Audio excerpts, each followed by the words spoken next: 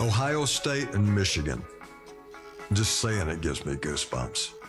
You feel that? Rivalry in sports. They call it the game. Like it's the only one that matters. And if you're from Ohio or Michigan, hell, it is. Goodbye. Hello, Heisman. Ohio State wins. Charles Woodson down the sideline. This thing's been boiling for over a century. It hit full tilt when Woody Hayes and Bo Schembechler locked horns. Two legends, two egos, and a 10-year war. The Buckeyes and Wolverines don't just play, they collide. And they're tearing down Michigan's banner. We're just standing there, now they'll fight. The pain lasts 364 days for the loser. And lately, the Maize and Blue have the upper hand. 4 wins in a row. And the Michigan Wolverines will shock the college football world. And you can bet that's eating Buckeye Nation alive. You know, got a locker room full of guys who are just devastated. Today they'll do it again. Pride's on the line. Legacies made, legacies destroyed. And come kickoff, it gets real personal. Ohio State, Michigan, right now on Fox. Our thanks to Billy Bob Thornton. There's Ryan Day, unbeaten this season, coming off a national title, but he is haunted by this 4-game skid courtesy of Michigan. His quarterback, Julian Sain, has played at an elite level all season. Could he have his Heisman moment today against his rival? Sharon Moore feels the pressure to get the Wolverines back to the heights they enjoyed under Jim Harbaugh. And another upset win over Ohio State would be a major step. And with a big performance today, true freshman Bryce Underwood would etch his name in the lore of this storied rivalry. It is the 121st edition of the game, and delivery to kickoff is sponsored by Wendy's. Get your Wendy's faves delivered for game day. You take a look at the temperature right now. Feels like the low to mid-20s. Snow may be on the way, but probably not until the later stages of this one as we welcome you inside the 3rd largest stadium in the world, Michigan's Big House. Sold out, marking the 56th consecutive sellout of the game. There will be northward of over 100,000 inside these stands. Millions more watching back home as Michigan and Ohio State get ready to battle in just a few minutes as we welcome you back to the biggest game of the year, from hatred to history of the greatest. That's all of this is at stake. There's nothing else in college football that can compare. No offense to the Iron Bowl, Mark, but this is different, man. Mark's taking strays and nobody said anything about it. Rob Stone, Brady Quinn, Mark Ingram, Matt Leinart, Michigan great Charles Woodson, Ohio State legend Urban Meyer back here with you. It is known simply as the game. And today's matchup is the 50th time these two have met as ranked teams. That is by far the most all time. For 8 years, Ohio State dominated the series. Urban, of course, went 7-0 from 2012 to 2018.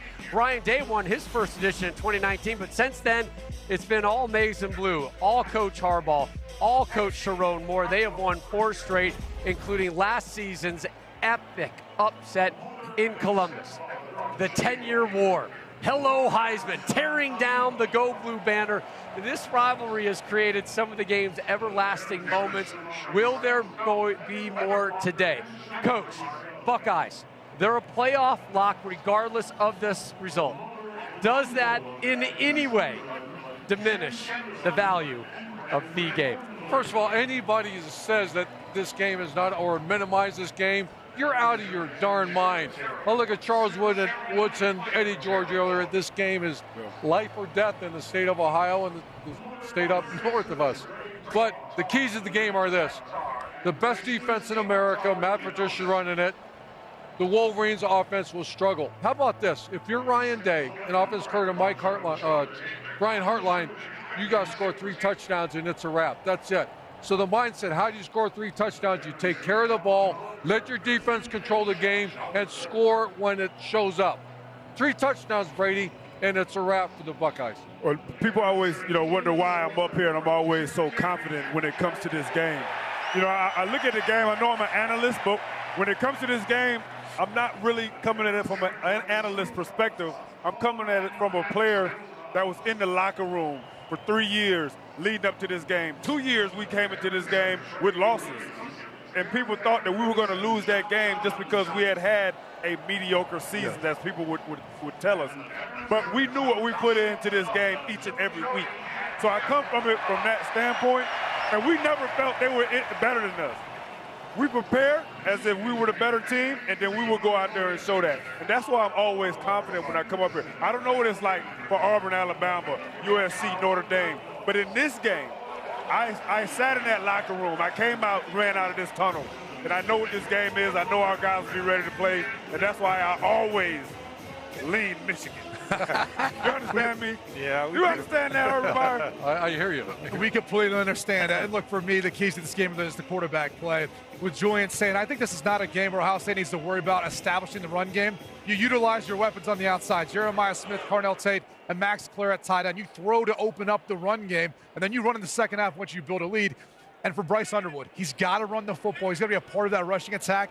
But he's got to be careful, too. Matt Patricia, Matty, you know this. Yep. He's as good as anyone at mixing up the skies and the looks, confusing quarterbacks from that side. To me, it's not no secret recipe. The most physical team in this game wins. The most physical team, the team who dominates the line of scrimmage, who's hitting people in the mouth, who's imposing their will, that's the team who wins this game. It's true and true. It's tested true and true. The most physical team wins. I think just to piggyback with Julian saying this is his moment, the Heisman, the Big Ten championship, the #1 seed in the playoff. How does he handle this Michigan defense? This is the toughest test he's faced since week 1 against Texas. I said it earlier in the show. Can Michigan score first? Can they get out to a lead and then control the clock running the football? As far as passing conditions, very light winds right now. Yes, it's cold, but no moisture on the way until the second half. Last year, the Buckeyes favored by 20.5 points at home and lost. This year, they are 10-point favorites on the road. How do you see it? I don't even see it being close. I'm sorry, Charles. I see Ohio State running away with this one, 34-13. I think the defense is too good. They get off to a fast start throwing the football around. This isn't the same Michigan defense we saw here a couple of years ago when we were in Ann Arbor.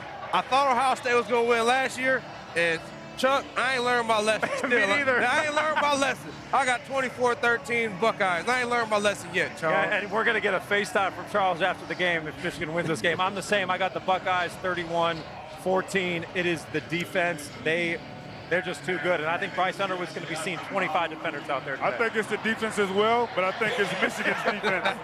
Michigan's defense does a great job today against Julian Satan. Doesn't give them their Heisman moment. Michigan 20, Ohio State 17. Absolute street fight. I see it real close at halftime, 28-18 at the end of the game. Buckeyes. You know what time it is? Oh, no. You know what time it is? It's time for the flag, baby. It's time for the flag. It's time for the flag. Let's go. Let's go. Let's go. Yeah. Yeah. Let's go, baby. Let's go. Michigan out of the tunnel on the edge of the floor and ready to head towards the Go Blue sign. Sharon Moore has never lost as head coach to his rivals from Columbus. Sharon Moore and the Wolverines still alive in the Big Ten title hunt, still alive in the playoff picture, but they have to get by the Buckeyes today inside the Big House.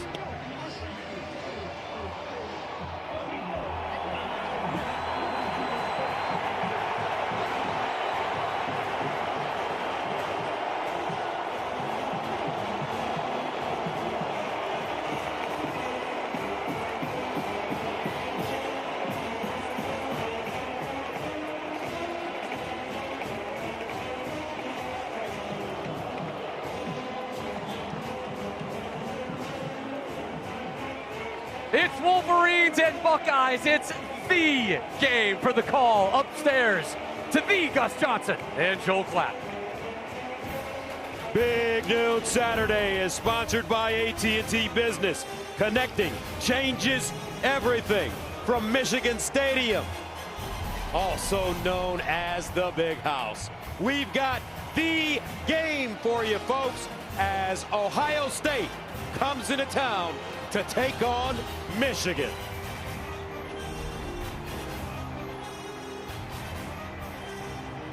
And here come the Buckeyes.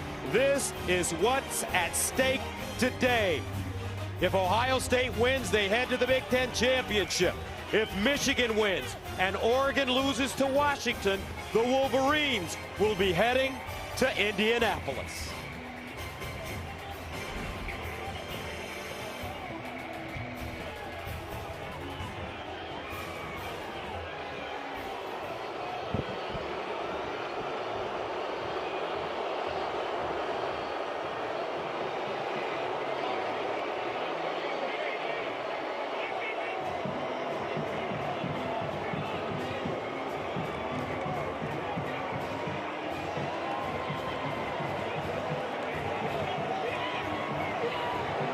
Ohio State Buckeyes.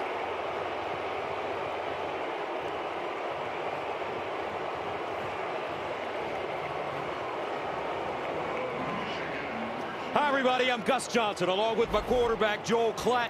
And welcome to Ann Arbor, folks. Welcome to the game. Let's start with the visitors, Ohio State, reigning national champions, undefeated, #1 team in the country. Partner, they've got it going on all phases of the game. That's why I think they just need to be themselves today. You know, this has been the most complete team in America, and if they are just themselves, they're going to be in a great position.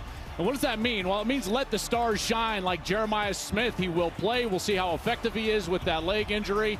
And it means dominating on defense. This is the best defense in America, led by Caleb Downs. You got to let them go eat. And then it comes down to a close game in the fourth quarter, and it's about executing in the fourth. Julian Sayin has been the most efficient quarterback that we've got in college football. He leads the nation in completion percentage, and his ability to play well in a close game late will, I think, determine the game. As for the Michigan Wolverines, they've had a fine season, only 2 losses on the road, Oklahoma and USC. Like Ohio State, they have a terrific defense. Yeah. They can run the football, and an 18-year-old quarterback that's getting better and better every moment. And they've got the blueprint, right? These last 4 victories over the Buckeyes, what does that mean for Michigan? It means that you trust the process. What got those victories? Toughness and physicality. Winning at the line of scrimmage, running the football with a guy like Jordan Marshall, who will be back from a shoulder injury.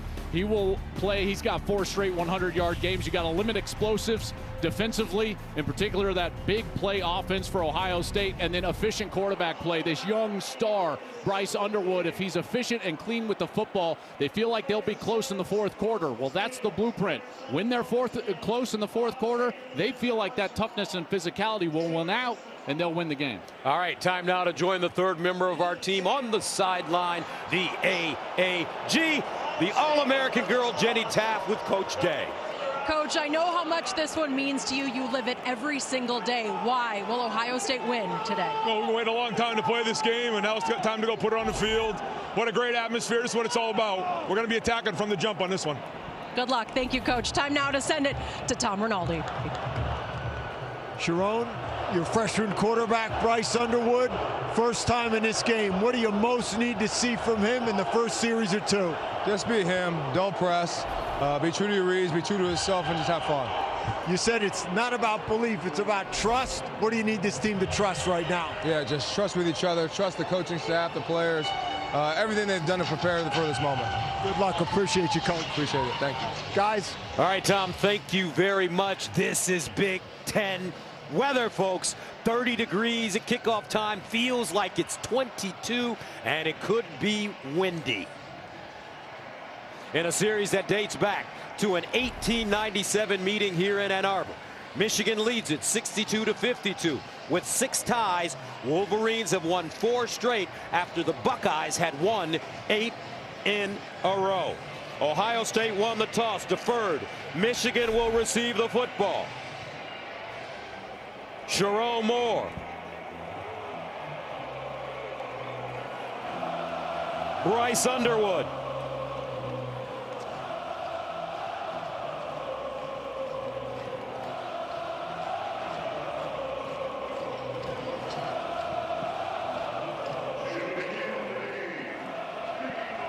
Jaden Fielding will send it away for Ohio State.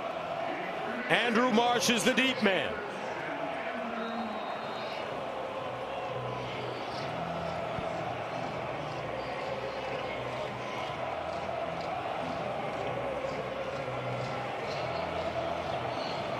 Michigan, Ohio State. Here we go. And Marsh. And that will bring out Bryce Underwood, the freshman from Detroit. #1 recruit in the country, a mountain of expectations, and he's coming off his best and most efficient performance of his young career last week against Maryland. He's going against the best defense in the country, and it's also a complicated defense. So I do think it'll be imperative for him today, Gus, to utilize his legs and that athleticism 2, 3, 4 times, scrambling around, trying to move the chains with his feet.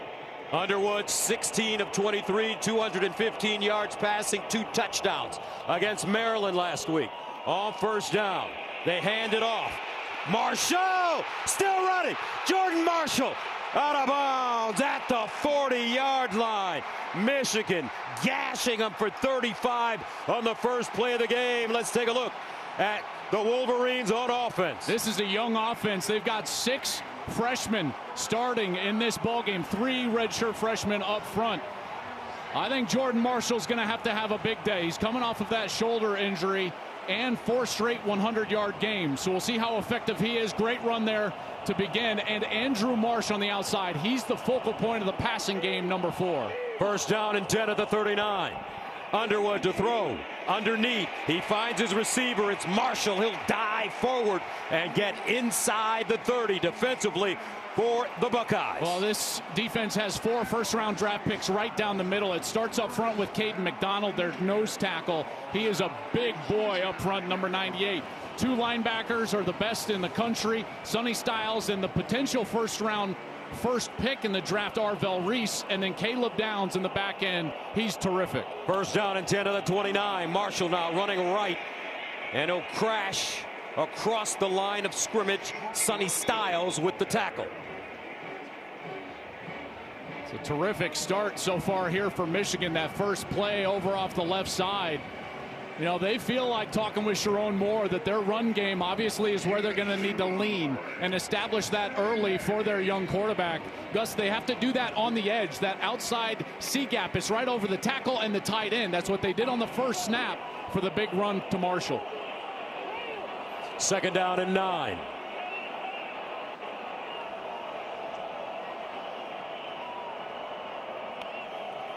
Underwood, quarterback run, and he'll go nowhere. Wrestled down. Kenyatta Jackson Jr. got him. No gain. Kenyatta Jackson, such a versatile player, plays defensive end. He can play inside. Big third down. They're going to tempo. They'll go a little fast here, trying to catch Ohio State off guard. Third down and 9 at the 27. Opening series for Michigan. And Ohio State calls a timeout. 12:45 to play first quarter. Michigan moving the ball early.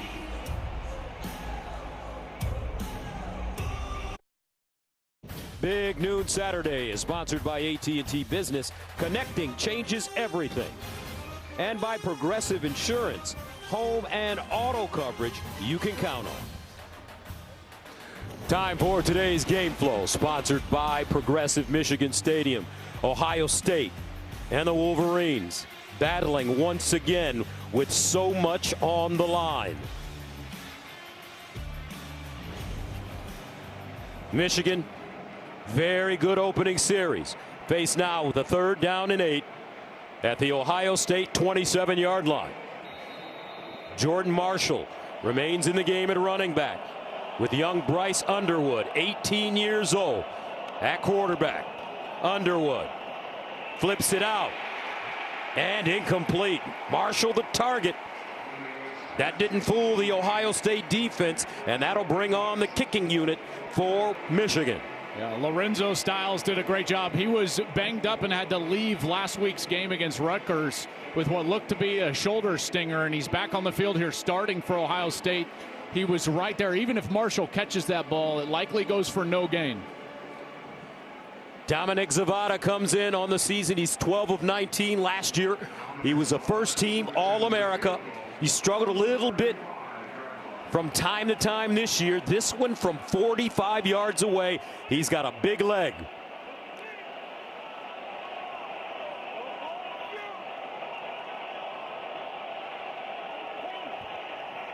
Got it up.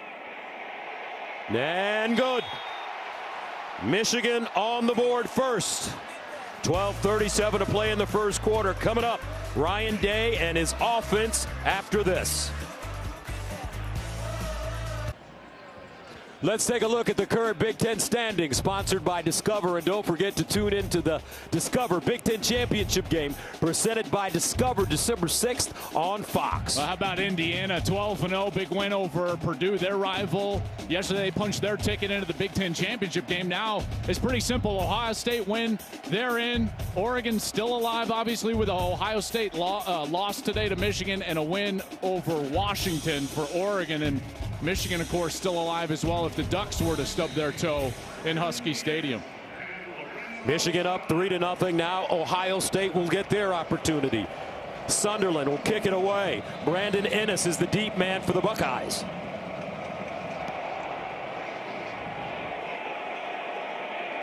And Ennis with the fair catch inside the 5. That brings on Julian Sayin. And this kid has been sensational. He is a Heisman contender from Carlsbad, California. Well, he's got an elite release. It's so quick. He's very accurate with the ball, but the coaches are more impressed with his mind.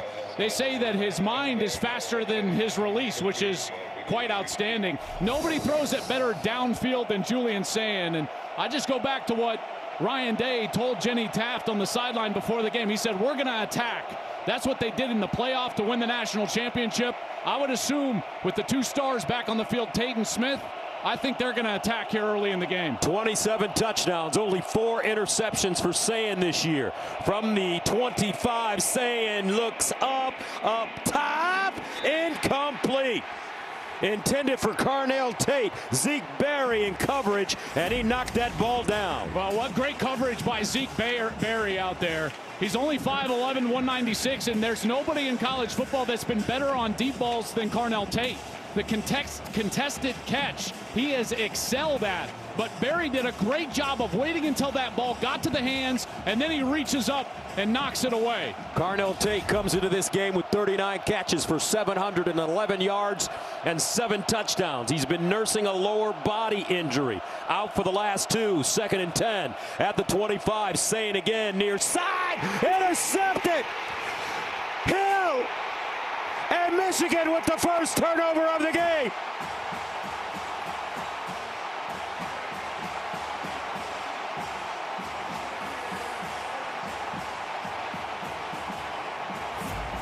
He never recognizes the coverage. Hill is going to sink off and be underneath the route because he's got help over the top. You see the safety screaming over the top right there. Sayin never saw him. He tries to go back shoulder, but Hill is underneath the route. That is a beautiful defense designed by Wink Martindale. Young quarterback doesn't see it, and a massive turnover for Michigan here early in the game. This place is going crazy.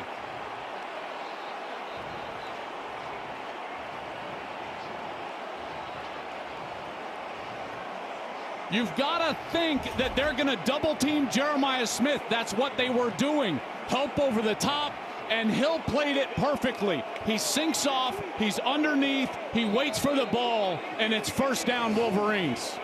From the Ohio State 39, Marshall, the pistol back.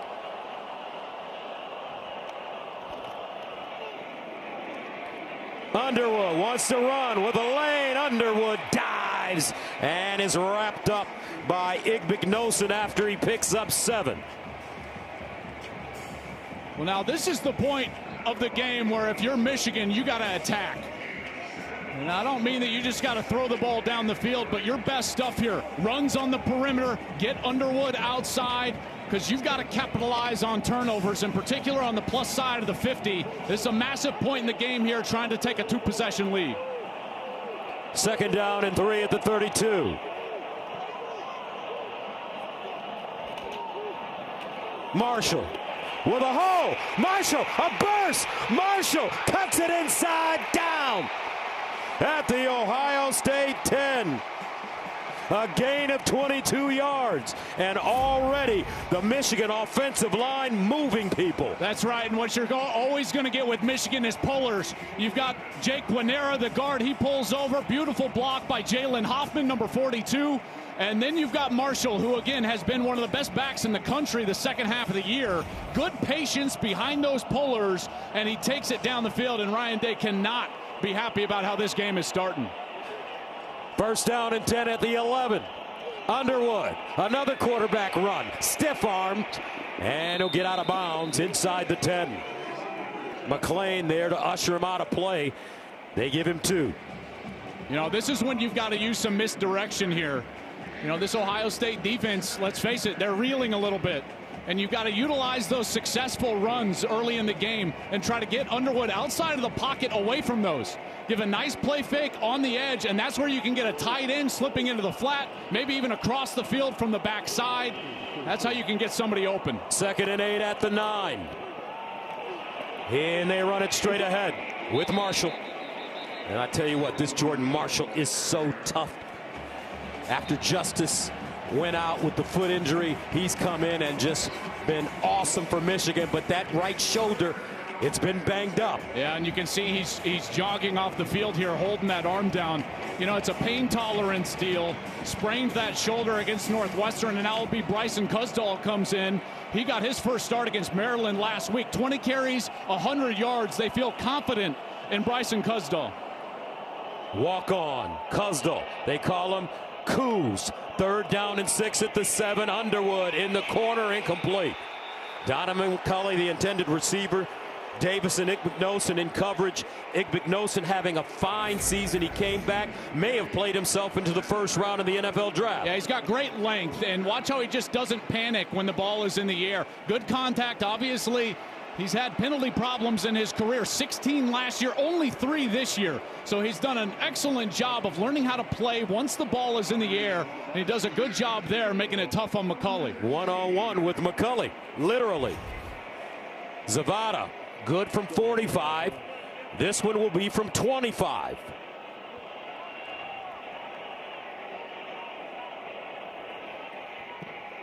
And it's good.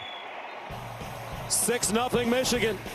Wolverines will settle for the 3 after interception on Sayin.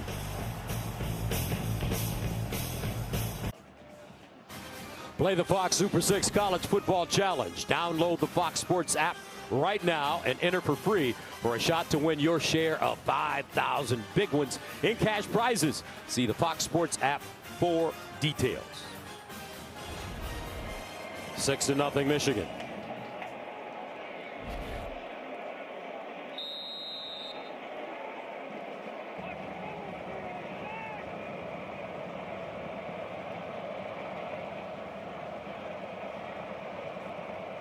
Sunderland. Ennis, the deep man. Let's go downstairs and check in with Jenny Taft.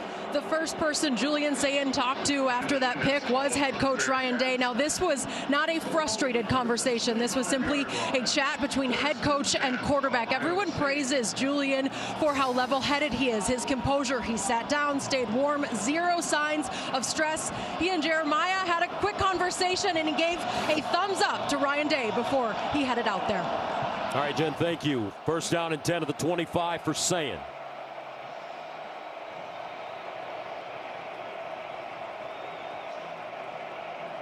This is the mark of a quarterback. How do you bounce back? Can you have a short memory after a big interception like that? How does he play on this series? Bo Jackson in the backfield, the talented freshman. And they'll give it to him with a hole, and Jackson stopped by Hillman. He'll gain 5. Well, this offensive line has done a great job protecting Julian Sayin all year. They're best on the left side with Saraveld and Montgomery. In the backfield, Bo Jackson has become the guy at running back, the true freshman. He's come on of late, and then the stars are on the outside, and you could tell they wanted to get them the ball early. targets to Smith and to Carnell Tate on the outside. One of them just happened to be intercepted, and it looks like Michigan was confused there from a personnel standpoint, so they'll take their first timeout. 30 seconds.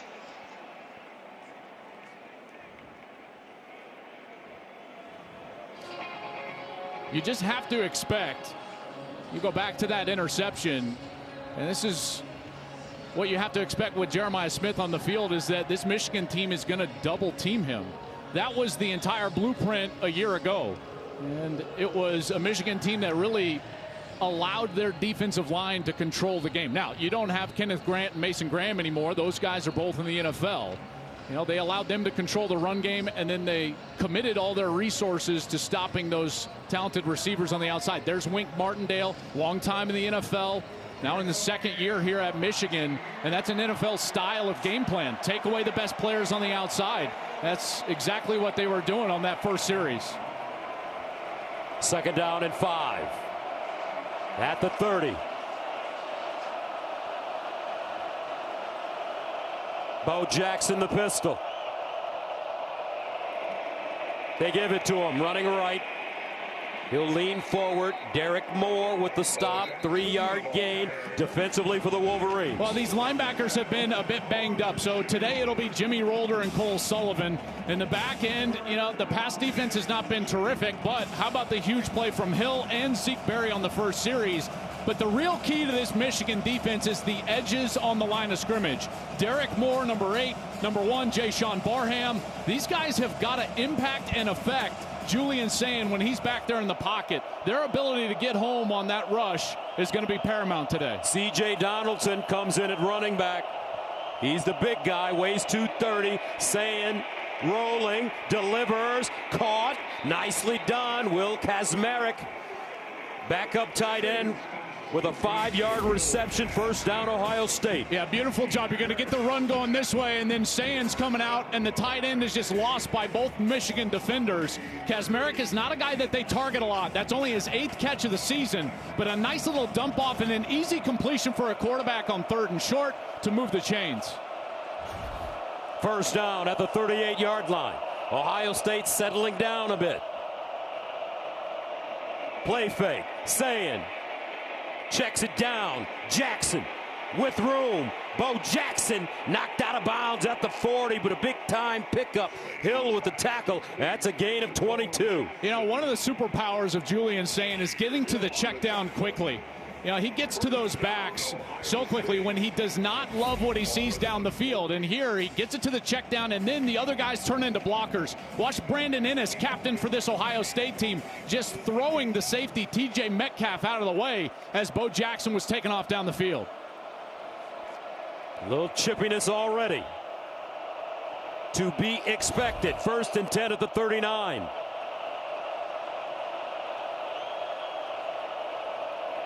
Sayin gives it to Jackson, trying to get outside. Oh, nice stutter step. Jackson with a burst. Bo Jackson out of bounds at the Michigan 5. Woo! They call that the lip leg. A gain of 36. What a move to the outside. He gives the stutter. Jimmy Rolder, the linebacker, he slows up. TJ Metcalf, the safety, comes out inside leverage. He's got to be outside. Then Jackson gets the sideline, and he's down inside the 5-yard line. What a run from Bo Jackson, coming into his own as a true freshman here in the back half of his first season. 1st down and goal for the Buckeyes. Donaldson, the power back in the game. Sayin in the corner. Smith, incomplete. That one thrown behind Jeremiah Smith. Zeke Berry in coverage. I just got to give a lot of credit to Zeke Berry. You know, they've put him on an island a couple of times against Smith here inside the 5, and that one maybe just overthrown a bit from Julian Sayin, who's normally very accurate. We've seen Smith make some of the most incredible catches in college football, but just can't quite get his hands on that one.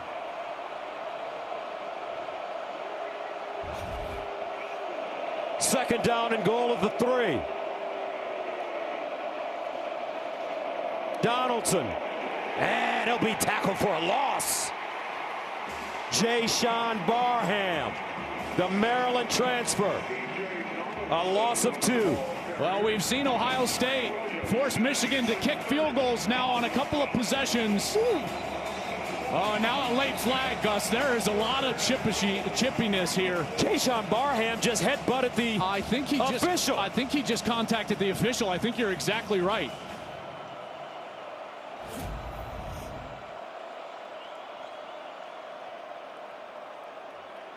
That play was over. Unsportsmanlike conduct. Defense, number 1. Half the distance to the goal. Automatic first down.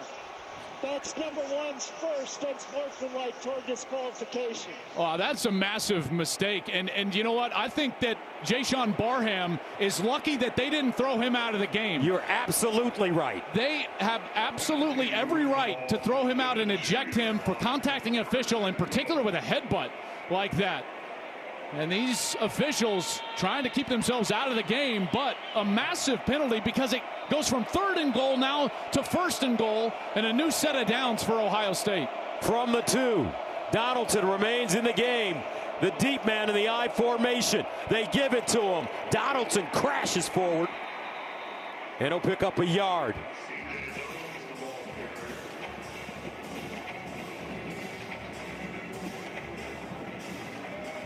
Ohio State will bring in an extra big body on the field. Justin Terry normally is the guy that comes on, but that's actually Caden McDonald, the nose tackle. How about K-Mac in the game at fullback? 2nd down and goal at the 1. Ohio State looks like Donaldson. Did he get in? He did not.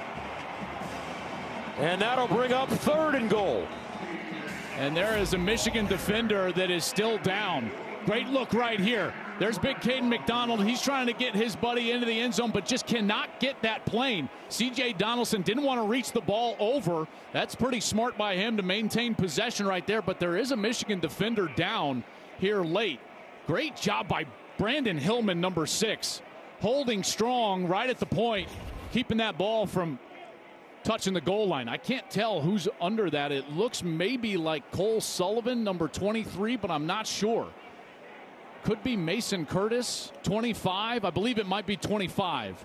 Mason Curtis, the safety. There's Hillman. Beautiful job at the goal line. There's Mason Curtis, 25, middle of your screen. And he's the one that's blocked. Oh, man, and he just gets that left leg bent back. He was the one contacting Caden McDonald.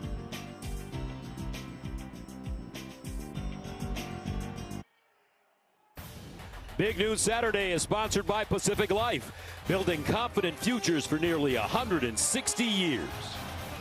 Welcome back to the Big House. They took a look at this, Joel. Yeah, they upheld the call on the field. C.J. Donaldson short, and so now it'll be 3rd down and goal for Ohio State. I think this is 4-down territory. Even if they don't get into the end zone, you're pinning Michigan and a true freshman quarterback right next to their end zone. So I think Ohio State has 2 downs to score here. 3rd down and goal at the 1. Quarterback sneak. I don't think he got in. I think they stopped him. It's going to be 4th down.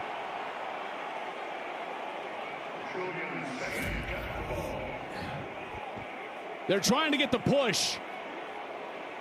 And he just loses his footing, and you can see his feet sleep out. But now a late touchdown call by the officials after they uncovered the pile. Wow, that is about as late as I've ever seen, Gus. No doubt about it. They give Ohio State the touchdown. I mean, look at, you can see 10. He's a half a yard short. He goes all the way down to the turf with that ball, well short of the goal line. There was no indication from the 2 side officials who came running in. The ruling of touchdown is up for the review. So they'll take a look at it. Let's bring in Mike Pereira. Mikey, Rulebooks, what are your thoughts?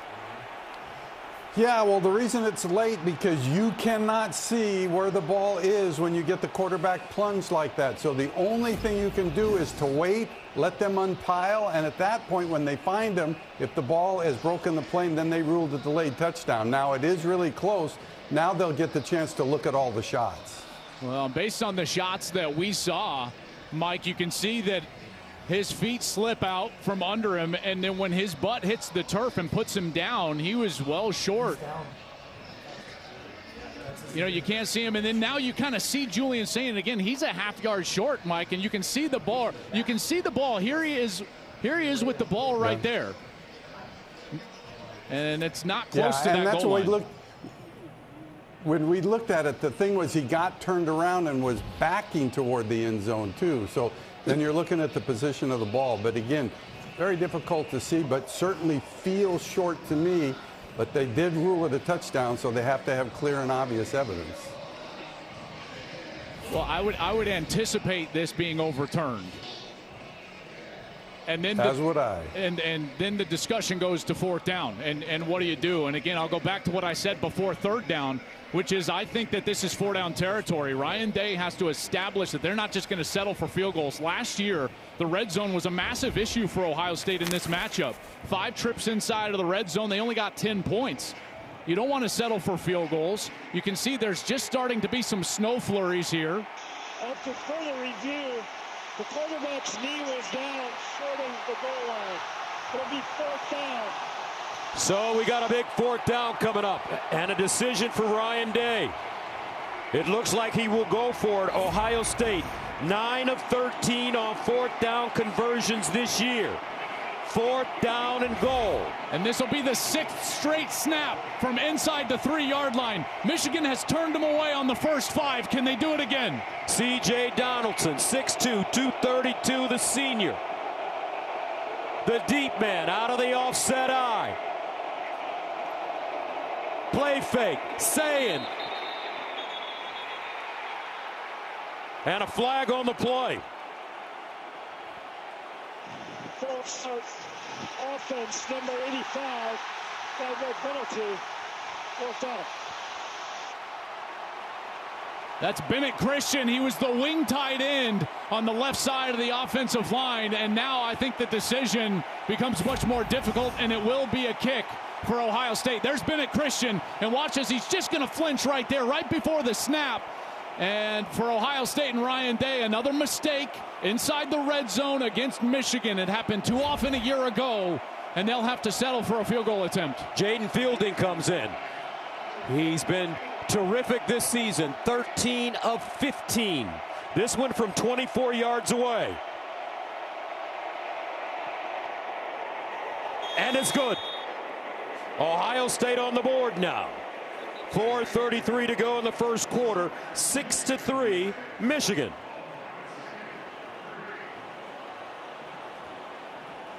Now last year, an unranked Michigan team beat a ranked Ohio State team for just the second time in their history, and a lot went into Ohio State's fall. They missed 2 field goals inside the 40. Will Howard threw 2 interceptions, and they ran just 7 offensive plays in the fourth quarter with 0 targets to Jeremiah Smith. And we're almost through the whole first quarter today, and Smith still hasn't caught a ball. Tate hasn't caught a ball.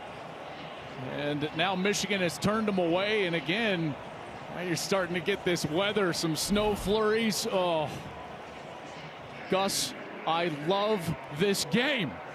It's the best. No doubt about it. Ohio State goes on an 11-play, 69-yard drive. They ate up 5 minutes and 9 seconds. Andrew Marsh, the talented freshman for Michigan, is the deep man, as Jaden Fielding will send it away.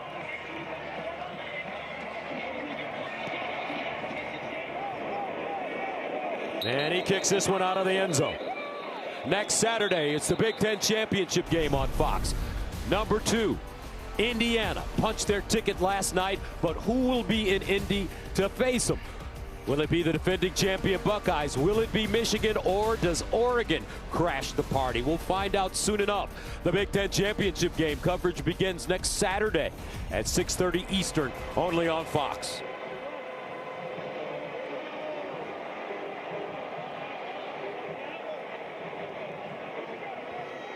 Wolverines take over. First down for Bryce Underwood. And he'll hand it off to Kuzdal. Kuzdal, a whirling dervish as he crosses the 30. Let's go on downstairs and check in with Tom. Gus Sharon Moore, heading into this game, told the student body in Michigan Nation this week he wanted the big house louder than it's ever been. He exhorted the crowd twice there in that stand to try to prevent those points, jumping up and down, his arms waving up and down, trying to get this crowd as involved and to rattle Ohio State. Seemed to work there a little bit with that false start, guys. All right, Tom, thank you. 2nd and 5 at the 30.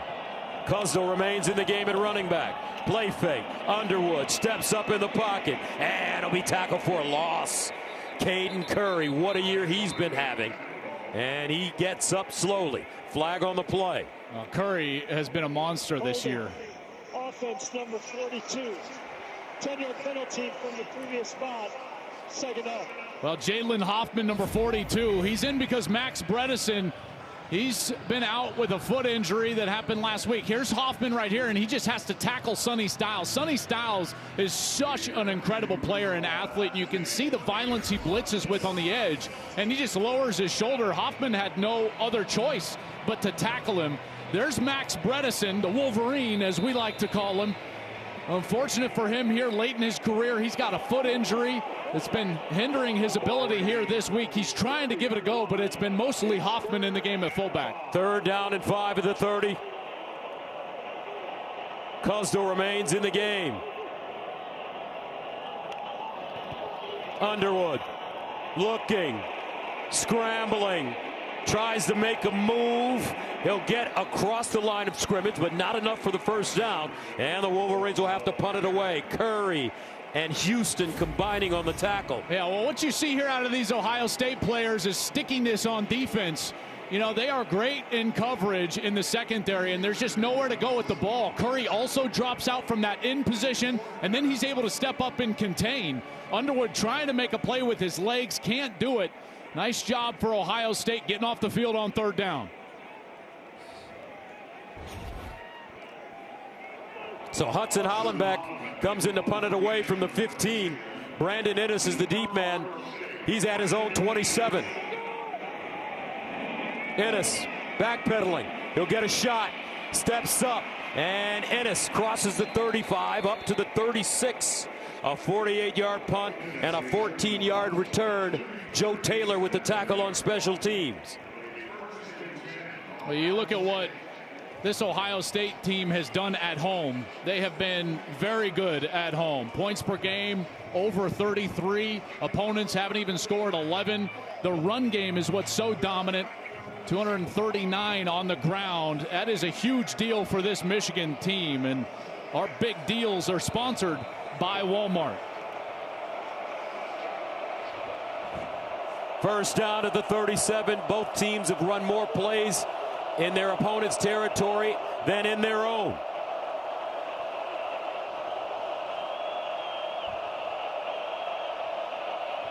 Sayin to Jeremiah Smith, and Smith crosses the line of scrimmage, gains 2. Big day for Jeremiah Smith, folks. Today he celebrates his 20th birthday.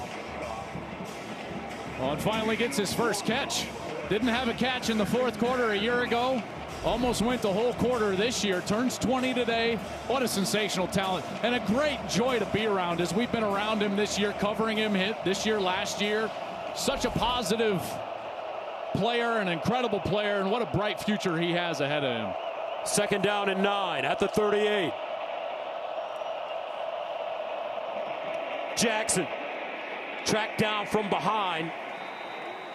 Bo Jackson stopped by Metcalf, also Payne in on the play.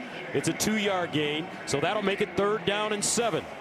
Well, now you have to wonder about that coverage, and what are they going to try to do in coverage on Tate and on Smith? And are they doubled? If they're doubled, who else can make a play? Wink Martindale, rest assured, he's not going to allow Jeremiah Smith and Carnell Tate to run around in single coverage, in particular on 3rd downs. Two safeties back right here. We'll see where Ohio State goes. 3rd and 7 from the 40. Sayin with time underneath, caught, and a first down.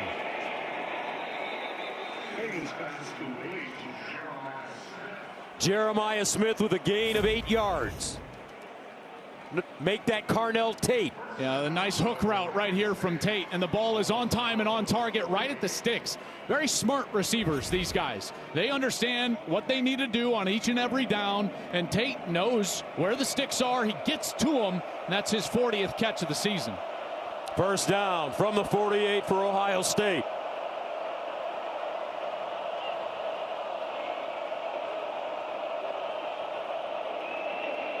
Jackson trying to get outside, cuts it back.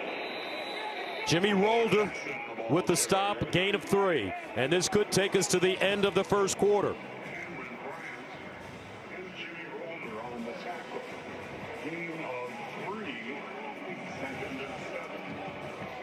You know, I don't know if they'll get one off. They're going to try to get up to the line of scrimmage. We'll see if they can get a snap off. Maybe they will here.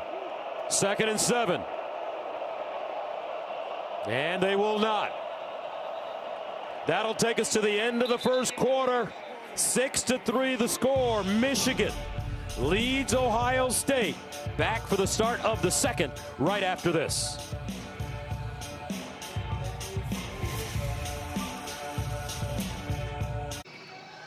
Big Noon Saturday is sponsored by AT&T Business. Connecting changes everything. Welcome back to Ann Arbor. Start of the second quarter. We've got a good one brewing here. Michigan 6, Ohio State 3.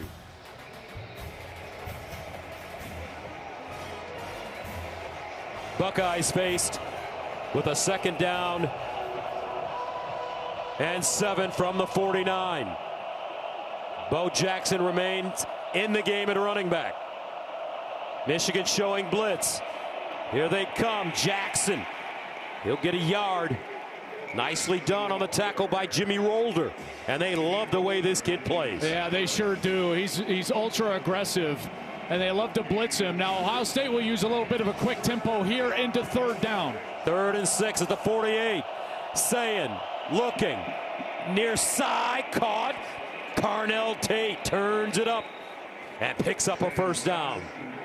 Derek Moore with pressure. That's an 8-yard gain. Yeah, and he looks healthy on the outside. This is a great job. Again, he's just going to force a deep route, and then he's going to hook it up right at the first down marker. We've seen that now twice today. Very intelligent player, and normally if you're going to throw that wide side all the way to the far side of the field, that corner is going to have a lot of sink to him. He's going to get very deep, and so you can throw it underneath the wide corner a lot.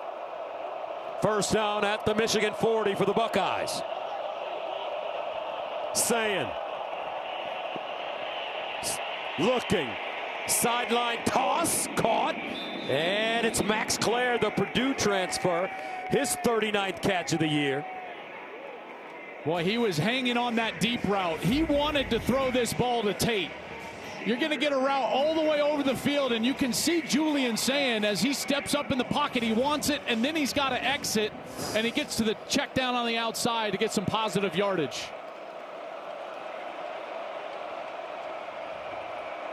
2nd down and 5.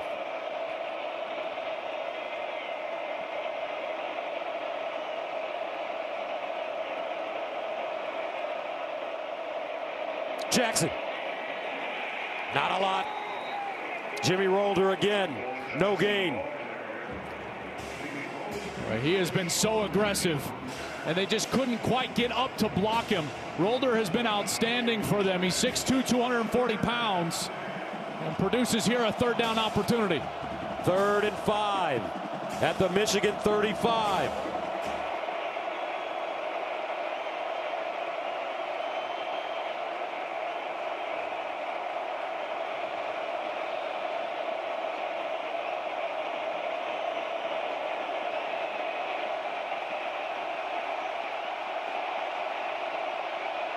Sayin, delayed handoff. Jackson, and he's hit in the backfield by Rolder.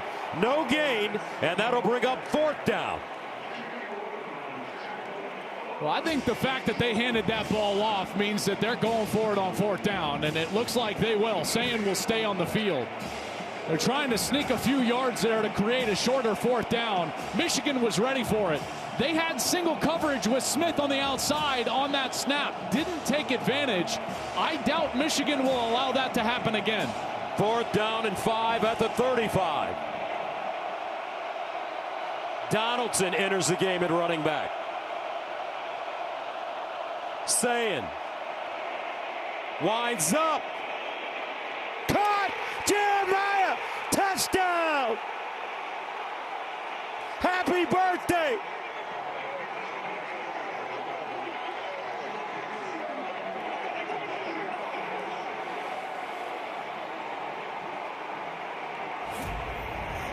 Just an insane route from Jeremiah Smith. Watch this, he's going to go inside, and then he's outside, and Barrick cannot follow him. And they single covered him. They did it on 3rd down, Gus. They did it again on 4th down. That's rolling the dice with number 4. And that's exactly what Ryan Day wanted to see his quarterback do, was be aggressive, attack down the field. They attacked the single coverage. That is a mismatch. Nothing against Zeke Berry. He's a terrific player. Smith is just on a different planet than maybe anybody in college football. And when he's single covered in a big moment, he needs the ball, and he got it there. Jeremiah Smith with his 11th touchdown reception of the season. This one from 35 yards out on his birthday. They're going to review this. I didn't pick up on the replay. Was the ball coming loose? I didn't see that it was coming loose. Oh, it was. But he got control of it with that left foot down. I did not see that on the initial replay. Gus, that is a good pickup. You see as it comes loose just a little bit. Is that foot out of bounds?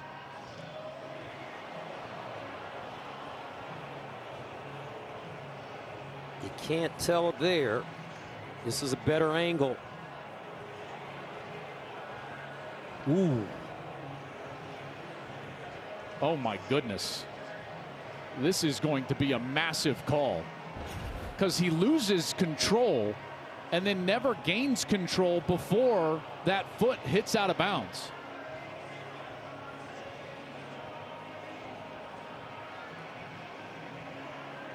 Told you got it to me. Mike Pereira, what did you see?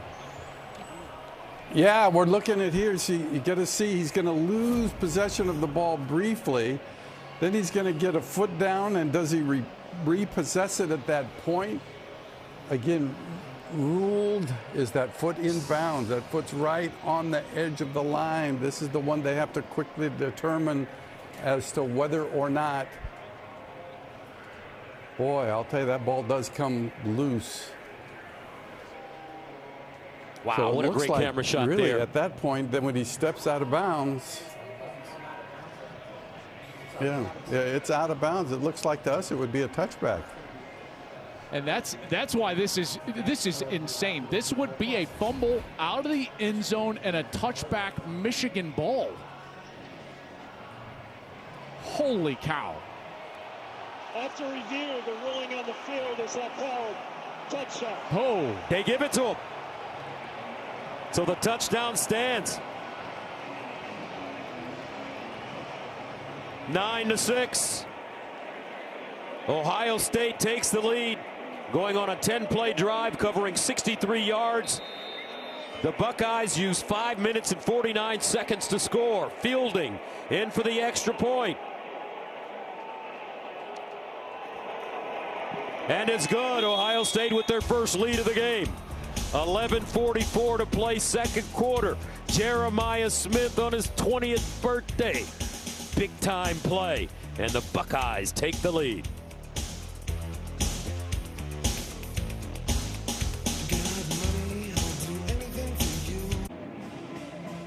Pacific Life Game Summary is sponsored by Pacific Life, building confident futures for nearly 160 years.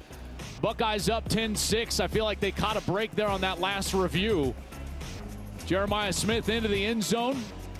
They ruled it a touchdown. Looked like he was losing possession. It remained a touchdown. Julian Sayin now 7 of 10 for 85 yards. Michigan has gotten that interception. They went down. They have kicked a pair of field goals in this game.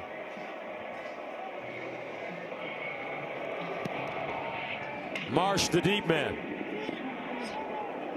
And he'll start from the 6. Wrapped up quickly.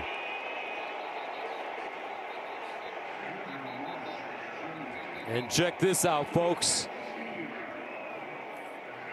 That's Cosm in Los Angeles, where they're having an Ohio State-Michigan watch party. The Cosm experience makes it feel like you are actually at the game, giving fans amazing views in a completely immersive experience. First down and 10 of the 16 for Michigan. How do the Wolverines respond? Now down, 10-6. Cusdell. Push backwards as he crosses the line. They give him 2. Jordan Marshall has not returned. Seems like that shoulder may still be bothering him. Yeah, he left, remember, and we saw him, and that arm was straight down. It's been Cusdell ever since. Now, they've got 11 runs to only 3 passes in this game. There's Marshall over on the sideline. The most effective way that they've been running the football is on the edge, getting to the edge of this defense. They have not been able to do that in the last couple series. 2nd and 8. Cusdell again, bottled up.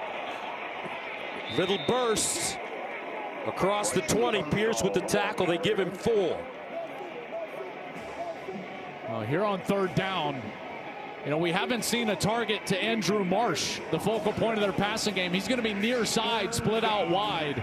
He is in one-on-one coverage right here at the bottom of your screen against Jermaine Matthews. He's had a spectacular freshman season. Underwood looks that way, winds up, back shoulder, incomplete.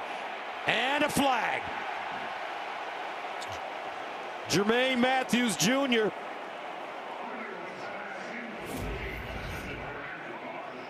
Pass interference. Defense, number 7. 15-yard penalty from the previous spot. Automatic first down. Well, you see that left arm, it hooked around that waist, and he kind of drags him down. And Marsh was unable to get back to the football. Jermaine Matthews, obviously, with his arms out. But you saw at the top of that route, that left arm hooked around the hip, dragged Marsh down to the ground. And Matthews with the DPI, defensive pass interference, gives Michigan a first down. Marsh on the season, 42 catches for 641 yards and 3 touchdowns. Had 5 catches for 76 against Maryland last week. What a freshman season. First down at the 37 now. Michigan with a little breathing room. Cusdell breaks it back. And Cusdell sliding forward. Lorenzo Styles with the tackle, and he gets 5. Nice job by that offensive line on that snap. Again, it's very difficult to run against this defense, partly because of Caden McDonald in the interior, but they got him moved, and then the cutback lane was there. And these 5 guys up front, listen, it's no mystery why Michigan has won this game 4 years in a row. It's because they've been able to win the line of scrimmage, and those 5 guys up front, they're tasked with doing that for their young quarterback in the backs here today. 2nd and 5. Cusdell, and with a burst, he's got speed. And gets thrown out of bounds, but another big gain for the Wolverines, this time 22. Tell you, this is an excellent block on the edge by the tight end. This is number 83, Zach Marshall, and he just stands Curry up, and he's able to keep him held up. Maybe he gets away with a little hold right there, but Cusdell finds that opening to the outside. Marshall on Curry. El Hadi on the outside. Good block on the outside, and the run game is starting to get heated up. First down for Michigan at the Ohio State 36. Cusdell again. And this kid is so impressive. He was a walk-on here at Michigan. Didn't earn a scholarship, but because of his academics, he earned an academic scholarship, walked onto the team, his 3rd year in the program. They say he has incredible speed, and what a player to be able to come in with all these injuries in the backfield for Michigan. Now he's the 3rd player for Michigan to have a 100-yard game. He did it last week against Maryland, 20 carries, 100 yards, 5 a pop. There's Justice Haynes, who is the FBS leader in yards per game when he hurt his foot. He left after the Michigan State week. Then Marshall was outstanding, and now Cusdell has been good. 2nd and 8 at the 34. Cusdell, and he gets walloped. Some hard hitting going on, led by Sonny Styles that time. Michigan is the first team to rush for more than 100 yards against Ohio State since Texas in the season opener. And they've done it with 8 minutes to go in the first half. You know, so those young linemen up front, 3 redshirt freshmen, Frazier, Guanera, Andrew Sprague, they've done a heck of a job so far. 3rd down and 6 at the 32. Underwood. Quick release and caught. Donovan McCulley. Igbinosun in coverage. 1st down, Michigan. And one of the key players, Joel, for this Michigan team is number 51. There's no doubt. Greg Crippen, the center, he's got to orchestrate everything going on here today in the middle. 1st down to the 26. And Cusdell picks up a yard. You bring up Greg Crippen, and he's got a massive job here today, and it's a harder day for him than any other because he's got to deal with someone lined up right over the top of him. Ohio State uses what's called an odd defense. An odd defense means the nose guard is going to line up right over the center. That just happens to be the 1st-round draft pick, Caden McDonald. So Crippen, 51, has got to have his best day of his career here today against K-Mac in the middle of that line. Trips at the top of your screen. 2nd and 9 at the 25. And Cusdell looking to get outside. He will not. Great pursuit by the Ohio State defense. Arvell Reese. That's a loss of 5. You can't get around Arvell Reese. I tell you, this guy is too good. Number 8, Arvell Reese, has been a phenom this year. His first year starting, and yet when you talk with scouts and GMs around the National Football League, they will tell you Arvell Reese will likely be the first non-quarterback drafted next spring. He's violent on the edge. He's fast and athletic. The best parts of Micah Parsons and Abdul Carter mixed into one. 3rd down and 14 at the 30. Big play for Michigan. Underwood in trouble. Dumps it off. And Arvell Reese is there to just level Cusdell. Kenyatta Jackson with pressure. Well, here's Arvell Reese, and he's just reading. He's just dropped back in zone. He sees Cusdell coming out of the backfield, no one there to block him, and that's an easy tackle. This guy, I tell you, he is athletic. He is long, 6'4". His 40 time is under a 4.6. He almost weighs 250 pounds, and he can bench 410. Dude is an absolute specimen. Here's Zavada for 49. He's 2 for 2 to start. Pure. Zavada perfect. Michigan down by 1 now. 10-9 Ohio State. Big Noon Saturday is sponsored by American Express. Shop today on Small Business Saturday, founded by American Express. I'm not a sore loser, but I hate losing, and losing to that team up north was pretty crazy. I hate them. Just something about them. For the next 2 years, I promise you I will not lose to them. I can't lose to them for the next 2 years. That was Jeremiah Smith's comment before the season, and he's coming out and having a nice first half. 26 receiving TDs now in the last 2 seasons. He has been sensational since day 1. Brandon Innes deep. Sunderland. And it's fair caught at the goal line. Tomorrow on Fox, Matthew Stafford and the Rams battle the Panthers, or Justin Jefferson and the Vikings take on Sam Darnold and the Seahawks, or other regional action. Check local listings for the game in your area, only on Fox. There was a late flag on that kickoff. You see what the officials are chatting about down there.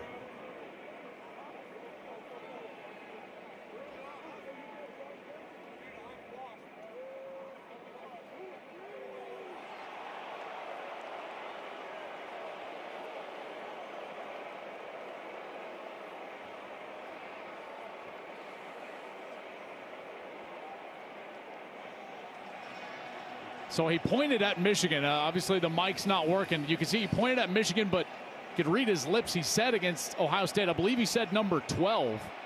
And so this is going to be an unsportsmanlike conduct against Ohio State that backs them up now.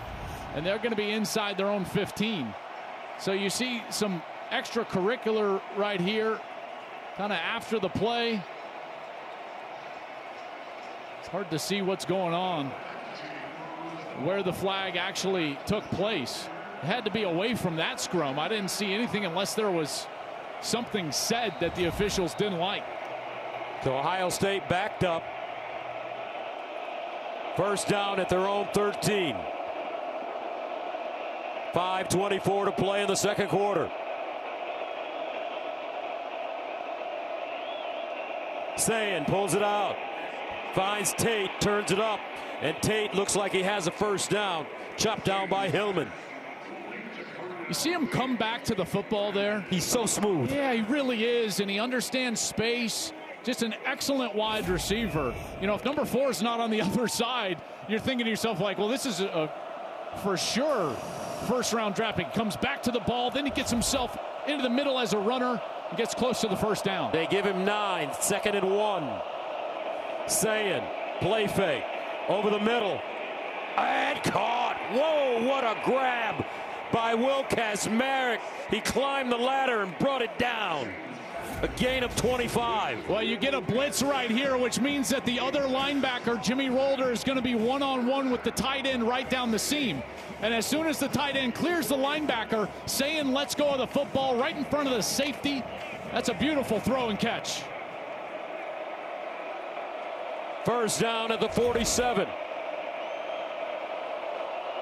Ohio State getting up and down quickly. Jackson with space, first down. Bo, Lamar, Jackson. Stopped by T.J. Metcalf. Tell you, Luke Montgomery in the middle, number 51, the left guard, and Carson Hinsman. They're doing some work on the interior there. Gus, I know you love Luke Montgomery. He obviously stepped into some big shoes last year and played great in the playoff, gave him a lot of confidence moving into this year. And he's had an outstanding season, and he's had a good day so far.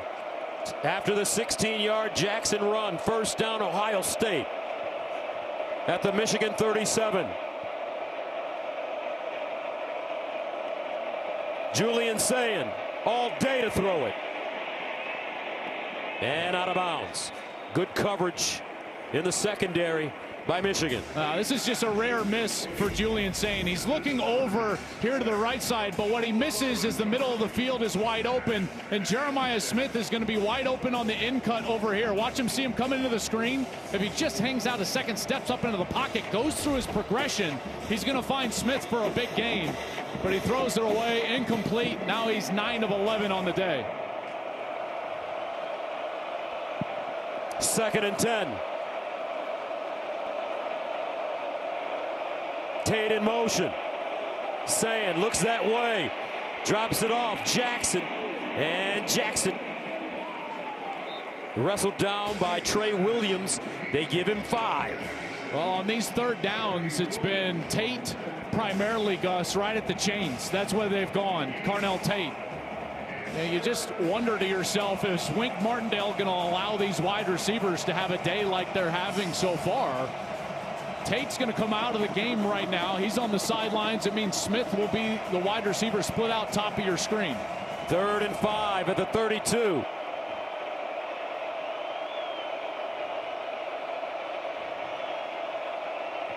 Kacmarek in motion. Sayin with time underneath, caught in a first down. Brandon Inniss, the captain. 30th reception of the year. Yeah, I love what Max Clare does right here on the middle, because here's Max Clare, and watch as he's just going to clear out, and that allows Inniss to come inside of that. That clear out route inside then opens up the space. Sayin is looking that way the entire time, and Inniss, the captain, is able to make the catch for a first down. Good route by Clare in front of him. First down and 10 of the Michigan 24. And that will take us to the 2-minute timeout. Ohio State with the lead, the ball, and driving. I think Michigan may have called a late timeout there right before the 2-minute timeout, Gus.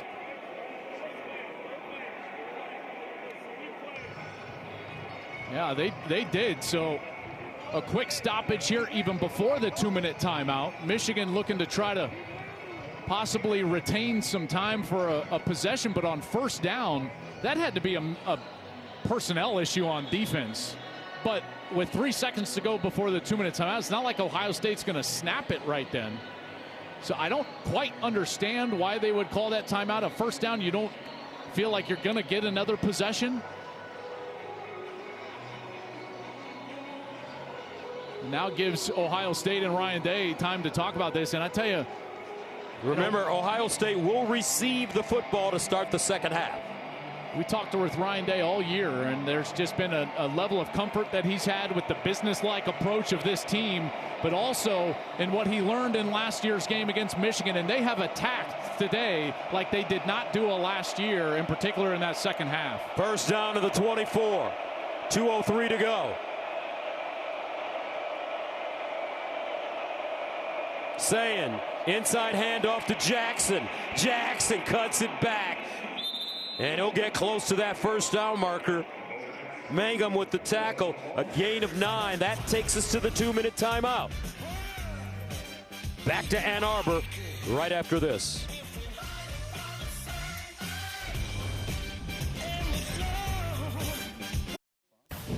Big Noon Saturday is sponsored by Modelo, the mark of a fighter. Please drink responsibly. And by Allstate, you're in good hands. Back in snowy Ann Arbor, the Buckeye defense only allowing 7.5 points per game. They've conceded 9 so far, but they are up 1. Rob Stone back here with you, coming up on the State Farm halftime. Number 12, Miami tries to make their playoff case. Number 5, Texas Tech jumped early and often on West Virginia, and their Big 12 championship game opponent, BYU, also in action against UCF. Guys, we'll have all the highlights at the break. All right, Rob, stay warm down there. As Ohio State breaks to the line of scrimmage, faced with the 2nd down and 1 at the Michigan 15.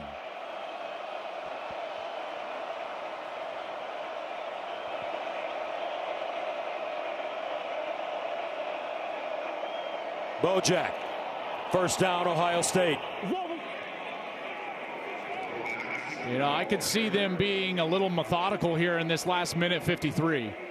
After this clock starts, after they'll set the chains.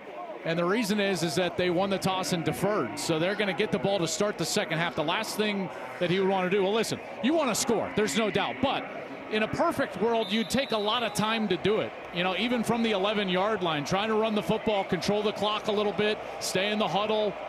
If they score right away, then they would give Michigan an opportunity to get some points here before the half. 9th play of the drive that started at the Ohio State 13. 1st and 10 at the 11. Jackson again squeezes through the hole. Bo Jackson. Leg drive. All good running backs fall forward. He gains 9. Tell you, that offensive line is doing a heck of a job up front, aren't they? Yes, they are. That was your guy, Luke Montgomery, 51. He was pulling around the left side and really opened up that hole for Bo Jackson, who was able to get it down inside of the 5-yard line. You see him taking their time here, trying to make sure Michigan doesn't have too much time here in the last minute of the second quarter. 2nd and 1 at the 3. They pitch it to Jackson, looking for daylight. He won't get it. Tackled behind the line of scrimmage this time. As the clock continues to wind, 47 seconds. Now, the only hard part with that for Ryan Day is that they really struggled inside of the 5-yard line on their first red zone possession. Remember, it took 5 snaps. They even had the unsportsmanlike that gave them a free first down from Jayshon Barham, and they weren't able to punch it in and had to settle for a field goal. 3rd down and 3 at the 4. 20 seconds to go in the first half. And a timeout.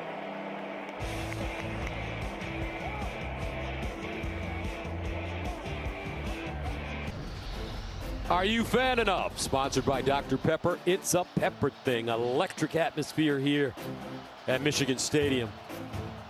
for one of the greatest, if not the greatest, rivalry in all of American sports. Michigan, Ohio State, a series that dates back to 1897. 3rd down and 3 at the 4. Can the Buckeyes punch it in for 6? Donaldson in the game at running back. Ennis, the motion man. Sayin underneath, caught, touchdown, Ennis.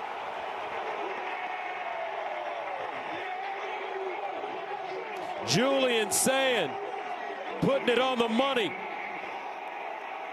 His 2nd touchdown throw of the first half.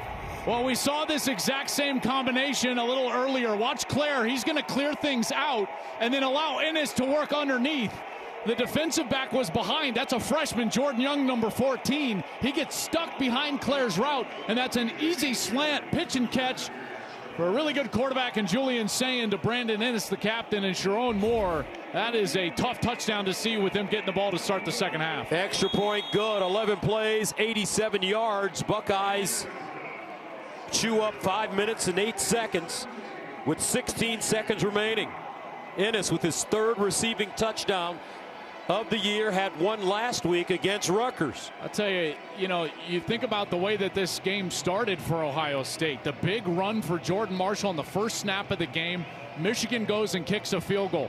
They throw a pick, Sayin right back to Jair Hill on the outside. Michigan kicks a field goal. And since then, Ohio State has been methodical, and they've been themselves. They've attacked on the outside with their stars, Jeremiah Smith, Carnell Tate, Ennis, some 3rd down conversions. They've established the run with Bo Jackson, 12 carries for 77 yards. That is a big time and resilient answer from a team that everyone around the country wants to question whether they can handle adversity. Well, we saw it here today early in this game, and they have played a really solid back half of this first half on the road against their rival. And you like the resiliency of Julian Sayin after throwing that interception. Right now, he's putting up some really solid numbers. 13 of 17, 145, 2 touchdowns, and that interception.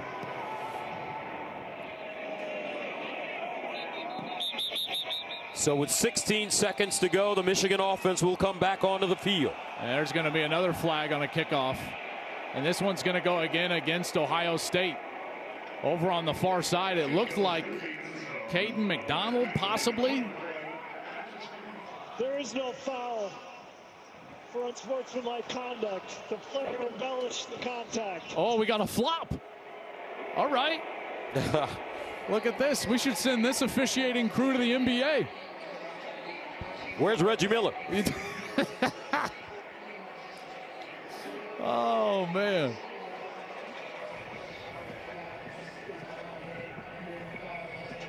Well, it faked me out. I saw someone down on the far side. I thought, oh, that's going to be a flag. First down for Bryce Underwood at the 25. Cusdell. And he'll be lucky to get back to the line of scrimmage. Arbel Reese again, no gain. And that should take us to the end of the first half. However, there is a flag. Yeah, we had some more extra stuff going on. This time it was Jermaine Matthews, number 7, working against number 10, Kendrick Bell, here on the near side. The play was over. Unsportsmanlike conduct on both teams. Number 10, Michigan, and number 7, Ohio State. That's our first word disqualification. Down counts. Second up. Okay, so here they're getting after it up there and then kind of lose them, but they keep going after it, and then they sling each other to the ground. And now Caleb Downs, he immediately, talk about leadership, number 2 Caleb Downs ran immediately over to Jermaine Matthews, trying to calm him down, make sure he keeps his head in the game. So that'll take us to halftime with the score 17-9 Ohio State. Buckeyes will get the ball to start the second half. Don't forget, after the break, Rob Stone and the boys with the State Farm halftime show right here from Michigan Stadium.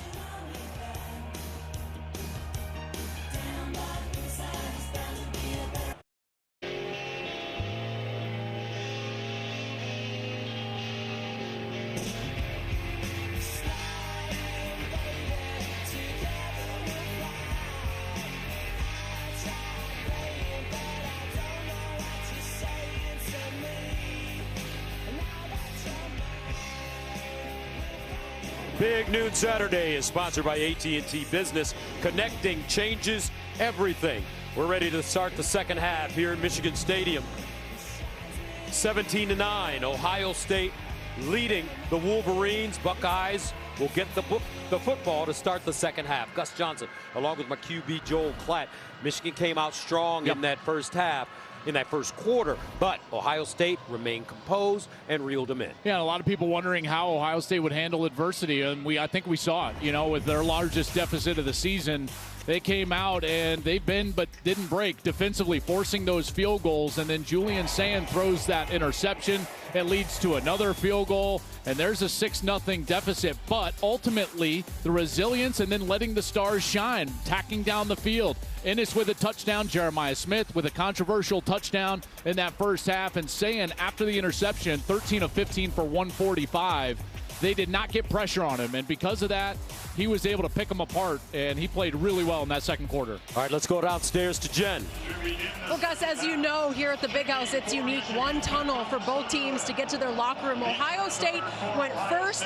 It was emotional. Lots of energy from these teams. Coach Day was pushing guys, saying, get into the locker room, get in there. But he was calm when he spoke with me. I asked him about the emotion of handling it. He said, we need to play within ourselves and focus on what we're doing. As for Julian Sand, his response, he said this moment has not been too big for him. He has been so pleased. And the last thing I asked Coach Day, how confident are you that you can win the second half? He said, just as confident as I was before the game. All right, Jen, thank you very much. So Ohio State ready to get the football. Lorenzo Styles. And let's go downstairs and check with Tom. Well, Gus, talking to Sharon Moore, he said the most important thing was trying to get a stop here right away and try to reclaim the momentum defensively. That starts with containing Jeremiah Smith on the perimeter. He said we got beat on that double move. Offensively, we have been able to move the ball effectively. We just have to score in the red zone. And very importantly, Jordan Marshall, who has been out since early in the first quarter, re-aggravated that shoulder injury. Unlikely that he's going to return and play a factor here. A big loss for Michigan. No doubt about it. Marshall just playing some excellent football this season. First down and 10 to the 21 now for Julian Sand and the Ohio State offense. Carnell Tate goes in motion.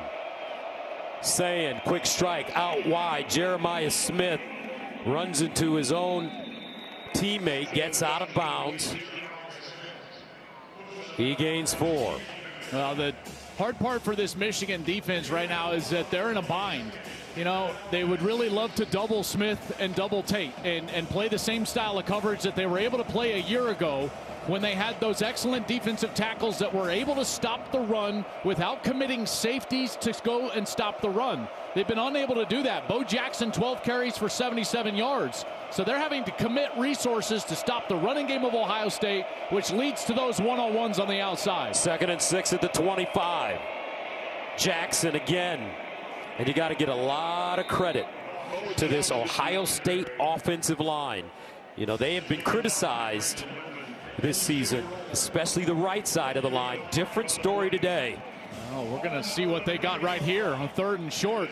That right side of the offensive line, Tegra Shabola, the right guard, as well as the transfer from Minnesota, Philip Daniels. They've been rotating at right guard, trying to find the right combination, but today, Shabola and Daniels have been excellent over there on the right. 3rd and 1. Jackson remains in the game. They give it to him, and he picks up the first down.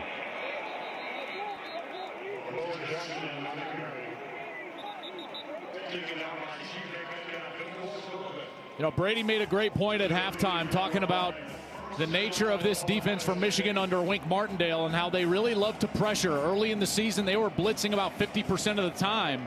He's not just going to sit back and allow Julian Sand to have a clean pocket to throw the football down the field.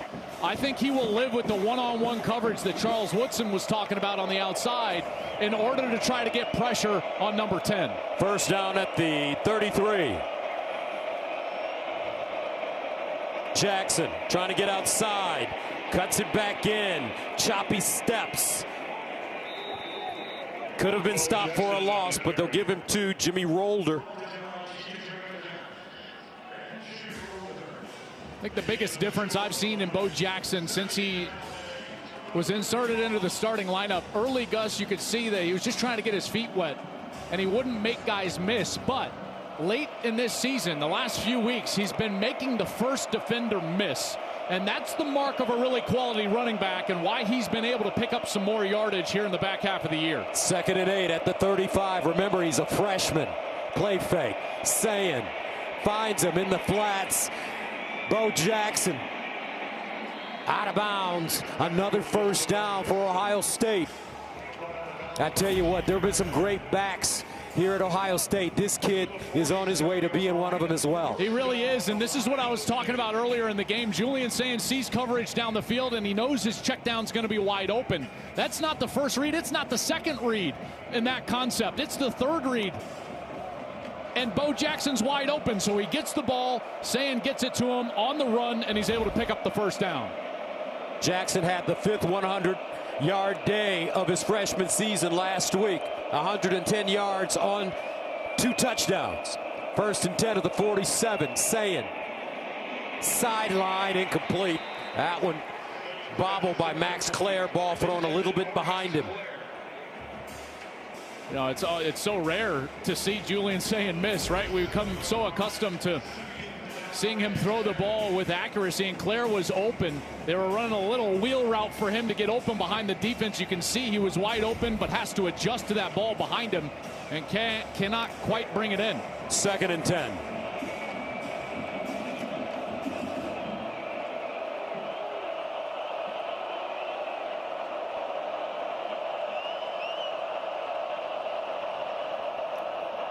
Jackson. And Jackson chopped down by Hillman. Gain of 2.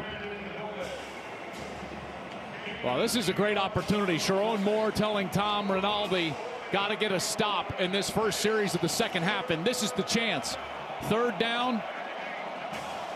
Talking to his coordinator, Wink Martindale here. We'll see if they try to blitz Julian Sayin. They empty out the backfield. No running backs in the backfield with Julian Sayin. Usually they look for Jeremiah Smith. Here comes a blitz. They pick it up over the middle.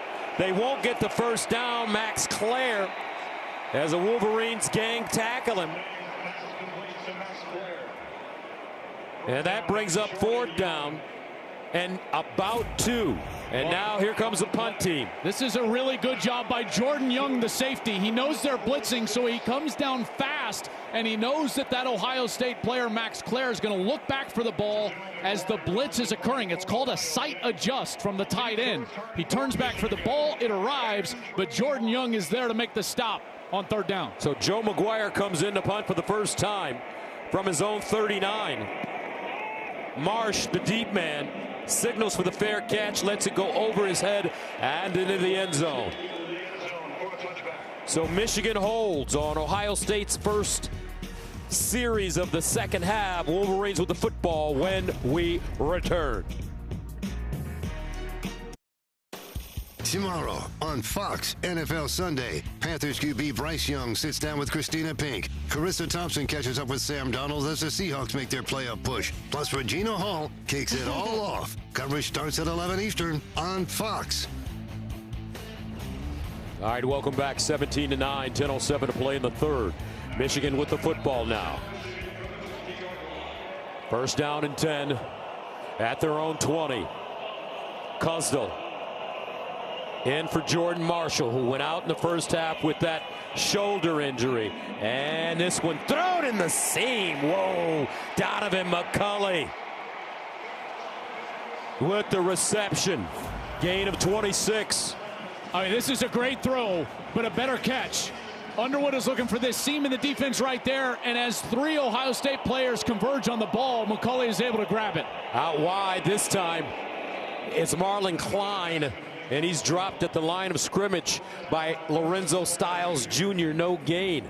Now it's time for the Aflac trivia question. Get help with expenses health insurance doesn't cover with Aflac. These questions have been really hard this year, folks, by the way, for us too. Who is the only true freshman quarterback in the last 50 years to win the game?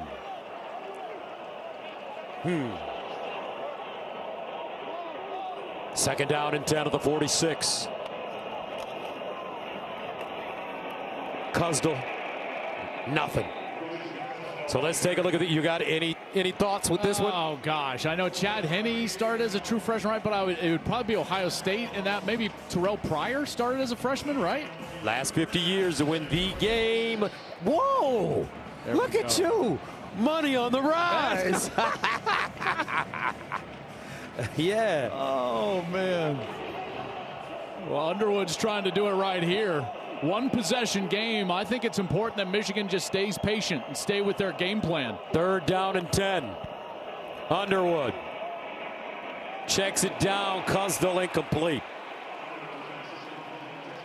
And that'll bring up 4th down. You know, this is one of those things where you would just love the freshman to just read it out, the concept. And here's why. Because he's going to have his best wide receiver, Andrew Marsh, breaking over Caleb Downs and into a hole in the defense right there. And if that ball is thrown on time and on target, that's a 1st down. And he gets to the check down just a hair too quick, and Michigan has to punt the football away. Hollenbeck. That one shanked. Holy cow, 10-yard punt.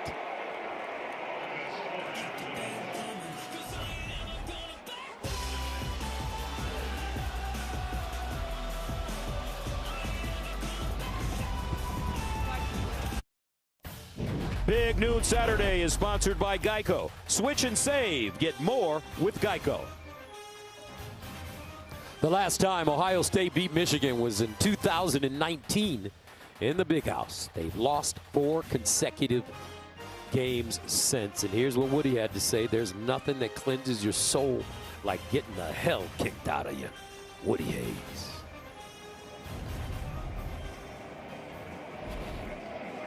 I think Ryan Day would rather the cleansing happen with a win.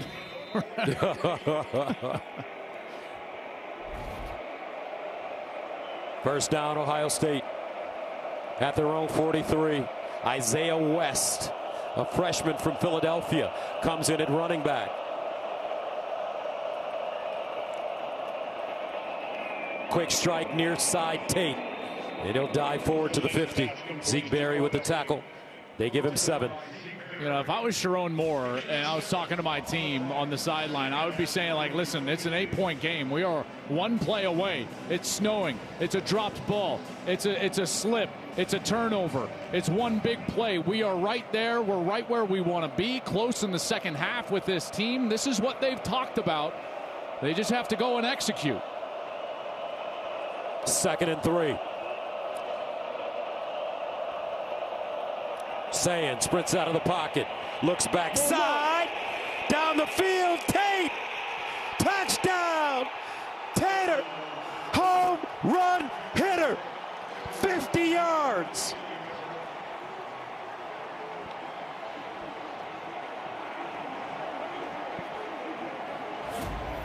This is a beautiful concept. Sayin's going to roll out, and Tate's going to look like he's bending over to the corner, and then he cuts it off back this way. Watch the safety backside from Michigan. He gets caught up in the other routes on the opposite side of the field, and as soon as he stops his feet, Tate's wide open over the top, and Julian Sayin finds him. Best damn band in the land. Awful happy up in the nosebleeds as Tate jogs into the end zone. 8th receiving touchdown of the season for Carnell Tate. And the Buckeyes take a 24-9 lead. 2 plays, 57 yards, and they hit Tater deep down the field.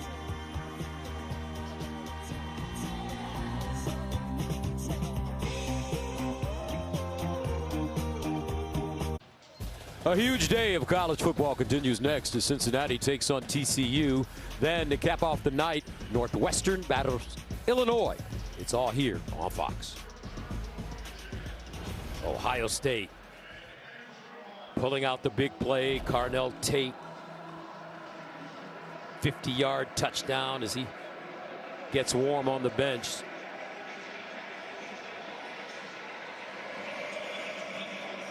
Julian Sayin, remember folks, he's a Heisman contender. 18 of 23, 224, 3 touchdowns. and an interception. Let's go downstairs to JT. And Coach Day came over to Carnell Tate to congratulate him, give him that hug there. Gus, for two guys with Carnell Tate and Jeremiah Smith who were questionable coming into today, they have been difference makers. Obviously, they wanted to play a part of this game. They wanted to be a factor. And you might wonder if they are actually selfish between the two of them. That's just not the case. They both told me all year, we are better together. And Coach Day has always told me from day one, if you're a selfish receiver, playing at Ohio State is just not the place for you. And you learn that very quickly. All right, Jenny, thank you. Now for Michigan, Jordan Marshall. We haven't seen him since the first half. He's back in the game. And they'll give it to him. Trying to get a cut inside and is lucky to get back to the line of scrimmage. Caden Curry with the tackle. Stood him up. Let's check in with Tom. Well, we heard Sharon Moore come out at half and say that he didn't think Jordan Marshall could necessarily go. He re-aggravated that shoulder injury from 2 weeks ago. He warmed up on the sideline, implored. He wanted a chance to get back in, and he is, guys. All right, Tom, thank you. McCulley with the catch. He'll pick up a first down. A gain of 13. And you would think, Joel, that for Michigan, they got to open it up a little bit for Bryce Underwood. They need to attack on the perimeter, there's no doubt. Get the ball on the edge away from the middle of this defense. Maybe get Underwood on the run a little bit. And then we always know that Michigan's got some sort of gadget up their sleeve. Every single game they've got one. You wonder if one's going to come out soon. First down at the 39. Underwood on the play action fake. Underneath and broken up. Caleb Downs, guess who? Intended for Klein. Downs, the IQ of the Ohio State defense. Yeah, and here's the hard part with just saying, hey, we got to attack down the field, is that guy's in the middle of the field. And watch him read the eyes of the quarterback, and then he's right there to intercept, or excuse me, take away that ball to Marlon Klein. Just a beautiful job of reading the eyes, and he's one of the smartest players in college football. Matt Patricia, the defensive coordinator, said he reminds him a lot of Devin McCourty, even an Ed Reed-style player. 2nd and 10 at the 39. Marshall. Not much. Boy, Gus, it is really tough to run the football right down the middle of this Ohio State defense. The success that Michigan had in the first half on those first few series was on the edge, getting to the exterior and the perimeter of the defense. That's where they're going to need to run the football if they want to keep it on the ground. 3rd down and 9 at the 40.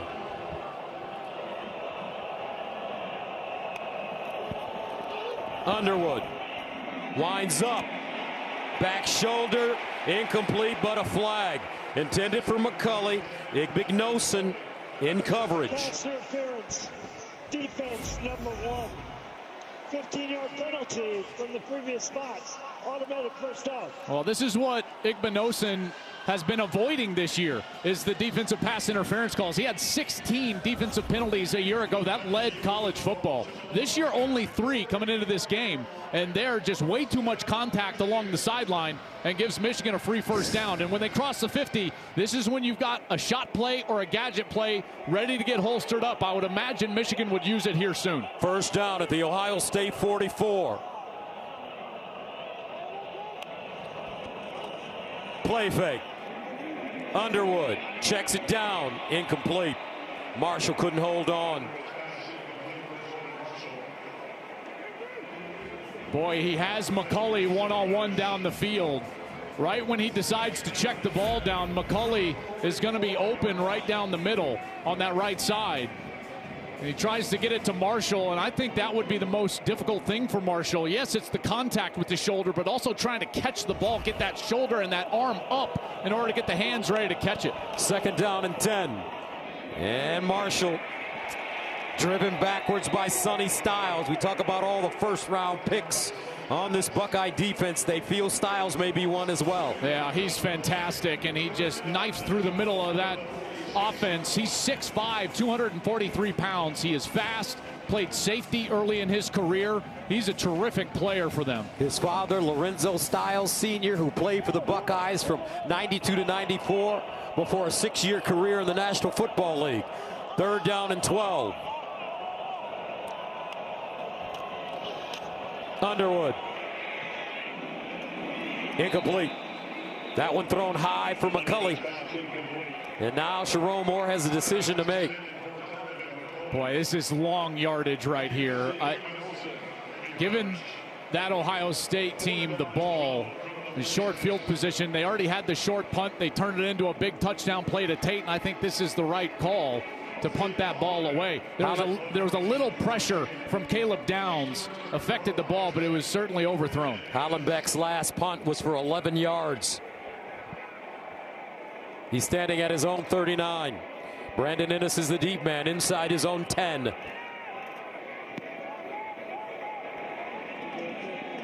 And fair caught at the 13. 24-9 Ohio State with the lead, and they'll have the ball on offense when we come back.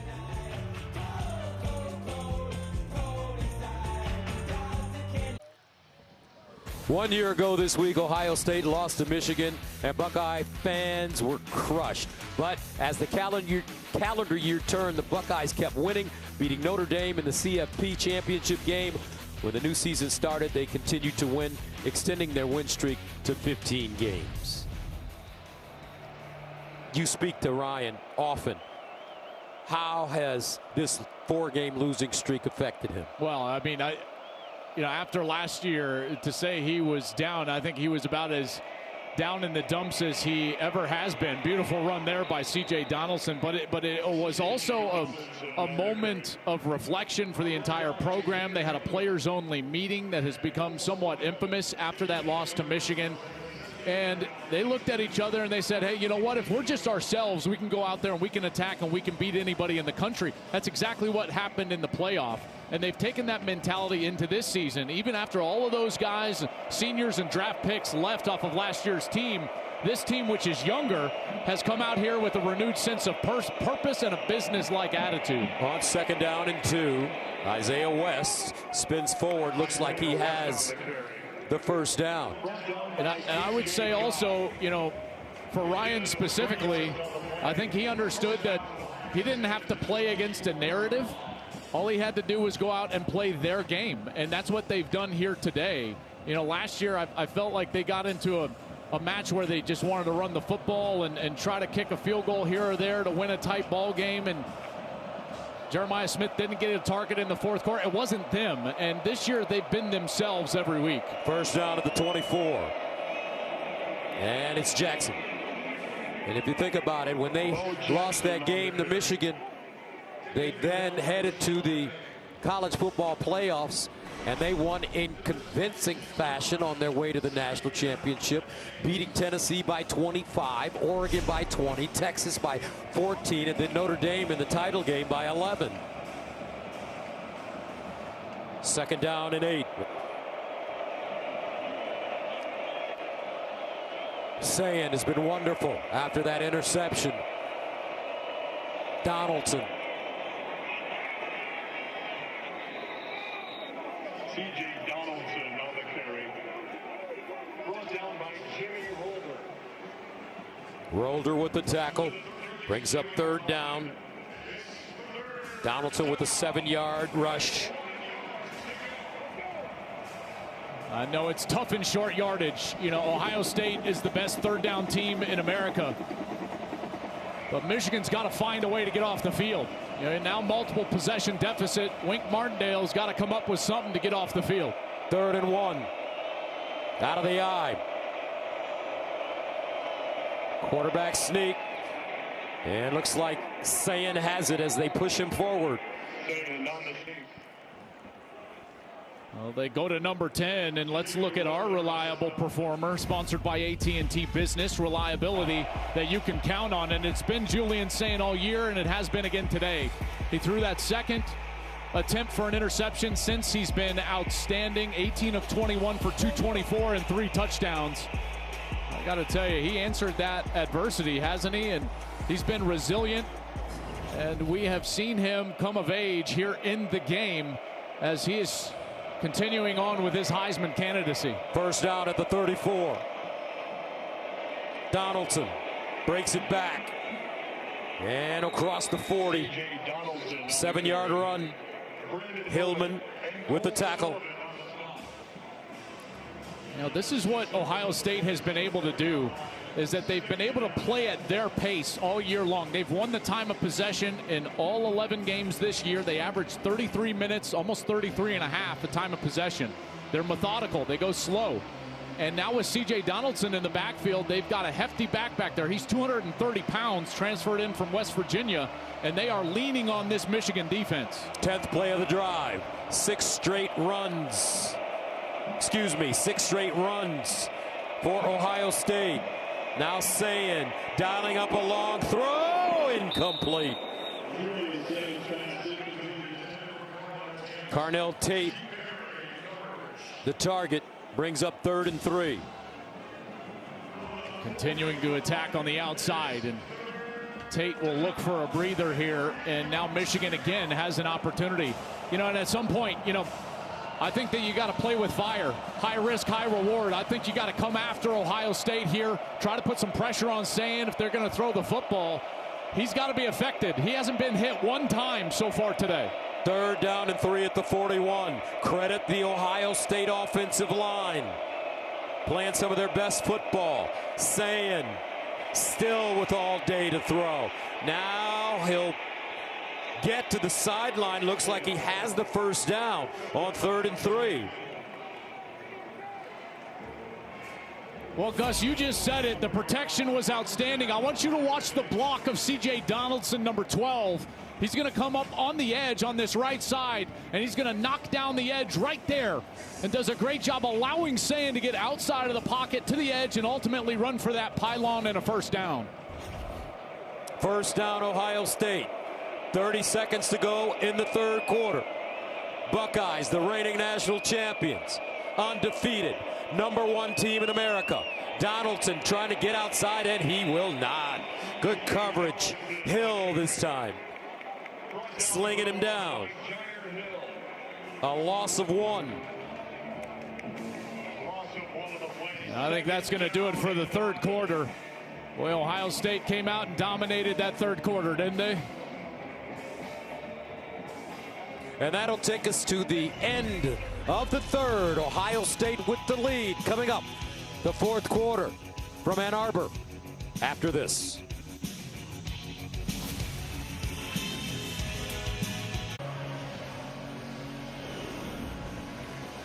Big Noon Saturday is sponsored by AT&T Business. Connecting changes everything. Here come the Killers.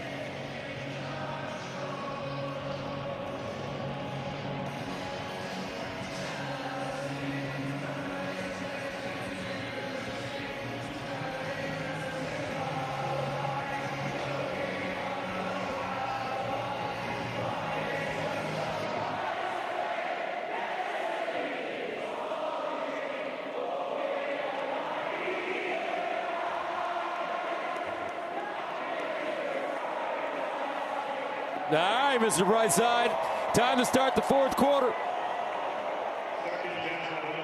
Michigan, Ohio State, one of the greatest rivalries in the history of American sports. 2nd down and 11 for the Bucks at the 43.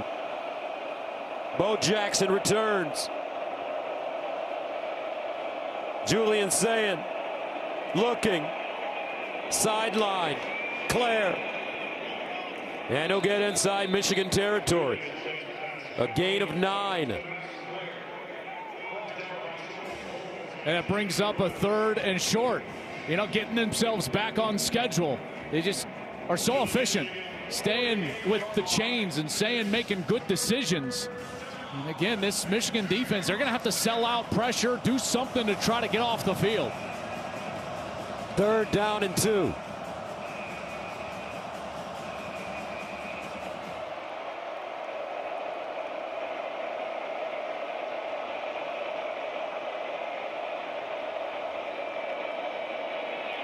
Jackson gets to the edge. 1st down, Ohio State. Bo Jackson. Partner, the Buckeyes got another one. J.K. Dobbins, Travion Henderson, Quinson Judkins. Now this kid. I tell you what, he is an excellent back. And he gets a little assist right here. Beautiful block right there on the edge. And it allows him to just escape the reach of Jayshon Barham. That's Nate Roberts, number 83, just a true freshman who gets enough of number 1 Barham. And then Bo Jackson, another true freshman, is able to get on the edge. Bo Jack, 18 carries, 104 yards. First down, Ohio State.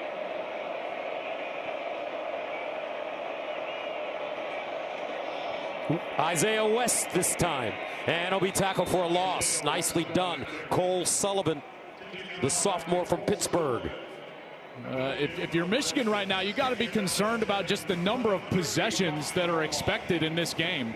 You know, it's been a really low possession game anyways, and Sharon Moore knows that Ohio State is going to use a methodical nature. In fact, nobody runs fewer plays and has fewer snaps in a football game than Ohio State in the entire country. And so Sharon Moore knows that they need a play desperately soon. They just will not expect enough possessions to come back in this game. 2nd and 10. Again on the ground. West breaking tackles and another first down. 14 yards. And check out the left side of the offensive line. They mash everything down. Shabola around the edge. You got a tight end leading up into the hole. That's Will Kazmarek. And Isaiah West does a great job getting behind those blockers and then running through contact, breaks a tackle of TJ Metcalf, and he's through for a first down. Let him eat. First down, Ohio State at the 22.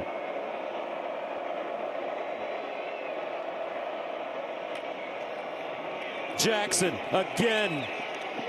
Jackson, what balance to stay on his feet and get extra yards. And now this Ohio State offense smash mouth football. Yeah, this looks like what Michigan has done to Ohio State the last 4 years, is they get late into the game and then they just lean on them with the run game. Big credit to those 5 guys up front. These backs, the young ones, Bo Jackson, Isaiah West. We've seen C.J. Donaldson with some nice carries in this game, but they have just gotten going in the run game. They have been efficient and powerful. 2nd and 1. Jackson again looking for the first down. This time he'll come up short. No gain on the play.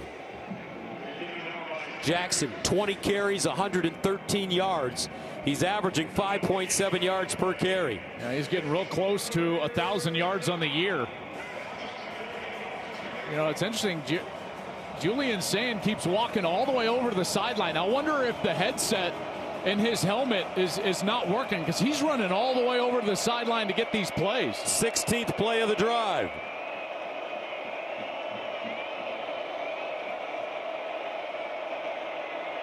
Quarterback sneak, first down, Ohio State.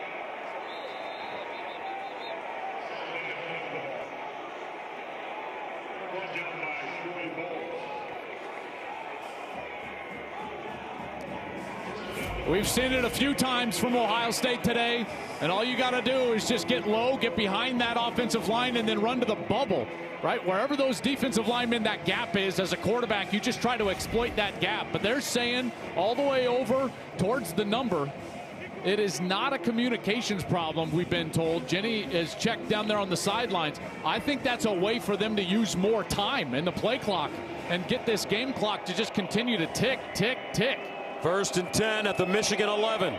Donaldson again. But the thing about it, Joel, Julian Sayin, not only is he a cool customer, he's got a great arm talent, but there's a toughness about this kid. Yeah, there is. A quiet toughness. You know, we've seen him grow right before our eyes. We did that Texas game to open the year. And I'll be honest, I talked with him before that game, and you could tell, you're like, oh man, this guy's about to make his first start. That was against the then #1 ranked team in the country, the Texas Longhorns.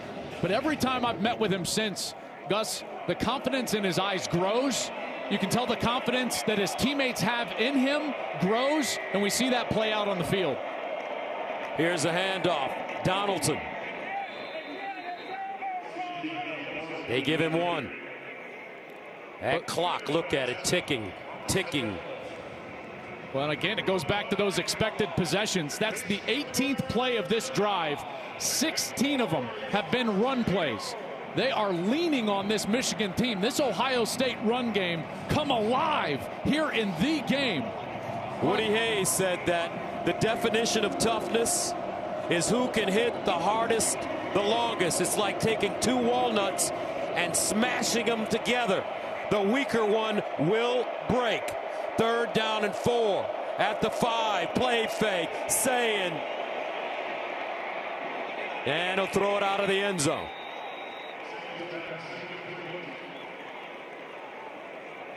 And Michigan finally gets the stop on 3rd down late in this drive, and it's going to force Jaden Fielding onto the field for a field goal opportunity.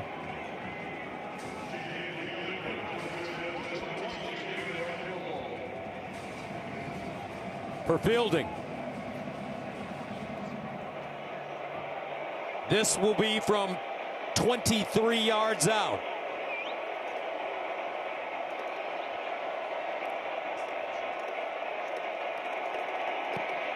And it's good. 27-9 Buckeyes.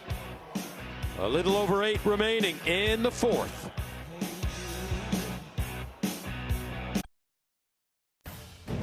Big Noon Saturday is sponsored by Pacific Life, building confident futures for nearly 160 years. And by Discover. It pays to discover. Look what Brutus did. Look what Brutus did. He crossed out the M at Michigan. Grounds crew has to get out there. My goodness, he caught us off guard. Brutus, he's 60 years old and still up to his old tricks. Oh, college football is the best. It's the best. You know, in Ohio, folks, especially in Columbus, all M's are crossed out on street signs. And even in communications inside Ohio State, the university, they cross out all the M's. You can't even use an M. So it sounds like code language. 27-9 our score. Ohio State not far away. Let's see how Michigan responds after this.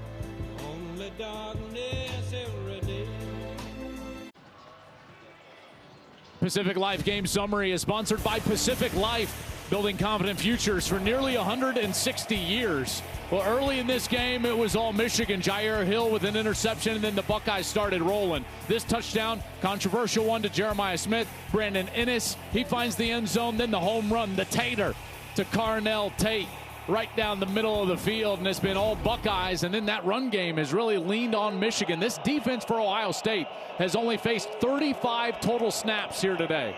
Underwood. That one thrown high, incomplete, intended for McCulley. Let's go downstairs and check in with JT. Well, something I've been monitoring down here, Gus, the communication system is currently down. You can tell that the light is flashing red. Until it's green, there is no communication from the box to the coaching staff. Coach Day just came over here very upset, trying to figure it out. So many guys with Ohio State are trying to fix this right now. Could be the weather, could be the cold, but right now, zero communication. All right, thank you, Jenny. 2nd and 10. At the 25 for Michigan.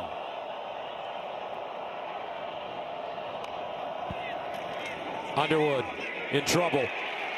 And sacked. Kenyatta Jackson Jr.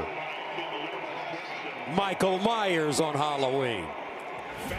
This is a great rush. So here he is over on the left side of the offense, and then he's able to just move the tackle. That's Blake Frazier back into the backfield. He sheds the block, and he's able to get to Bryce Underwood. This offense has just been able to do absolutely nothing, really, in the 2nd quarter, 3rd quarter, here in the 4th quarter. Meanwhile, Ohio State's offense has eaten up all of the clock. First sack of the game for either team. Underwood on 3rd and long. And it's caught. But Caleb Downs comes up and just decks to Nelly. And that brings up 4th down and 16. Well, this is what's so impressive about Caleb Downs, is that he can just line up all over the field. Here he's lined up as a linebacker. Over on this right side, here's Downs, and so he's going to go get hands on Marsh in the slot. Then he comes up and defends the underneath route, and he's able to get Deacon Tonelli on the ground. Excellent tackler, very smart player. He's the Swiss Army knife of college football. The best compliment that he's been given is that he reminds the NFL guys of Ed Reed, the Hall of Fame safety for the Baltimore Ravens. Ennis with a good return, and there is a flag on the play. 54-yard punt and a 17-yard return.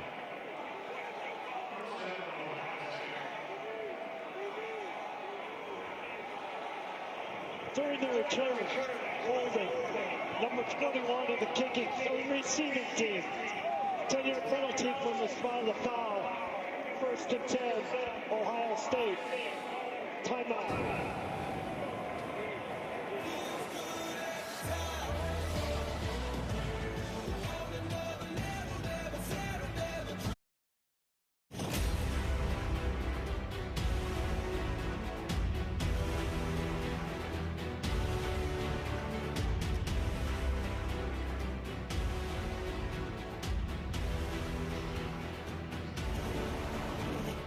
Welcome back to Ann Arbor, and look at the ball control for the Buckeyes today.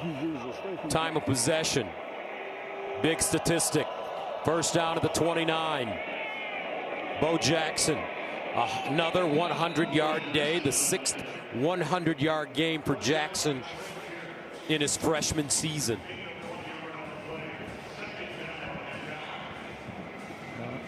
They didn't even play him against Texas. You know, thought like, you know, hey, let's bring the true freshman along a little bit slow. And I will say this, you know, this coaching staff led by Ryan Day, they have a real unique understanding of the length of this season. You know, they played 16 games a year ago en route to a national championship, and they built their entire season, their schedule, their entire offseason around the fact that they believe they'll play 16 every year and get to that moment. 2nd and 8. Jackson again.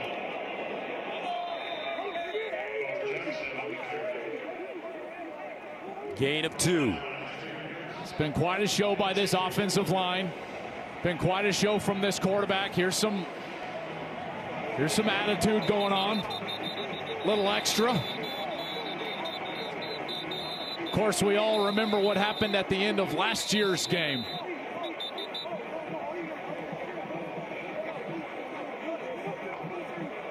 High emotion in this one every single year, and this one just always felt a little bit different, didn't it, Gus? Yes, it did. There is a flag down.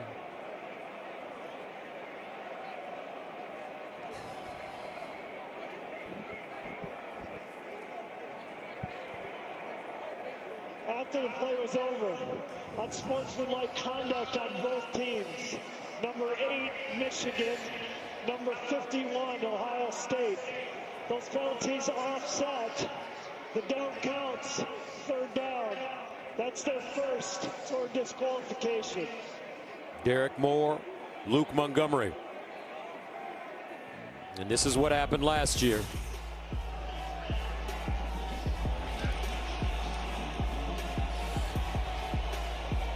They got after it. Michigan trying to plant the flag. The police on the field ended up using pepper spray to break that up. It was an ugly scene for college football, but it just speaks to the emotion and passion in this rivalry. 3rd and 6.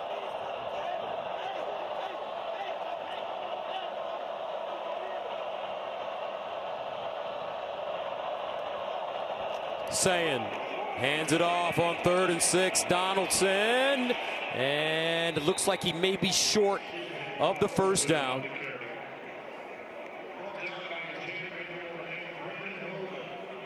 Well, I'm sure Ryan would love to just go for this and move the chains and try to end the game with the ball. You know, it's a 3-possession game. This is obviously risky. You'd be giving Michigan an opportunity with a short field, but let's remember, Michigan has done nothing offensively since those first few series. This is obviously belief in his defense, the fact that he feels his offensive line is owning the game and can go get the yard. 4th down and 1.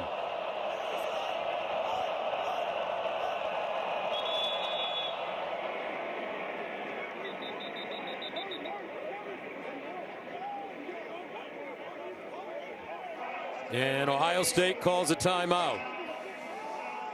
Let's take a look at what's in store for next week. Indiana and Ohio State have been wrecking balls this season, bowling over their competition. They're the top 2 ranked teams, and their quarterbacks are the Heisman favorites. They're set to collide next week in Indianapolis for the Big Ten Championship. So next week, folks, is a game that will be for the Big Ten Championship, possibly the #1 seed in the college football playoffs, and the Heisman Trophy. Everything on the line, and it's in Indiana's backyard. Right in Indianapolis, and they'll be, I tell you what, they will be fired up. Curt Cignetti will be fired up. Ohio State has not won a conference championship since 2020. You know the Buckeye faithful will travel. They've traveled well today. They will travel again next week. And this is a group of seniors. Let's remember, this group of Buckeyes, you know, there's still things that they have not achieved, even with winning the national championship a year ago. They don't have gold pants, haven't beaten Michigan since 2019. They haven't won a Big Ten championship. There's Davis and Igbinosun looking for both of those. 4th down and 1 at the 38. Ryan Day trying to ice this game. They give it to Donaldson. And it's a 1st down, Buckeyes.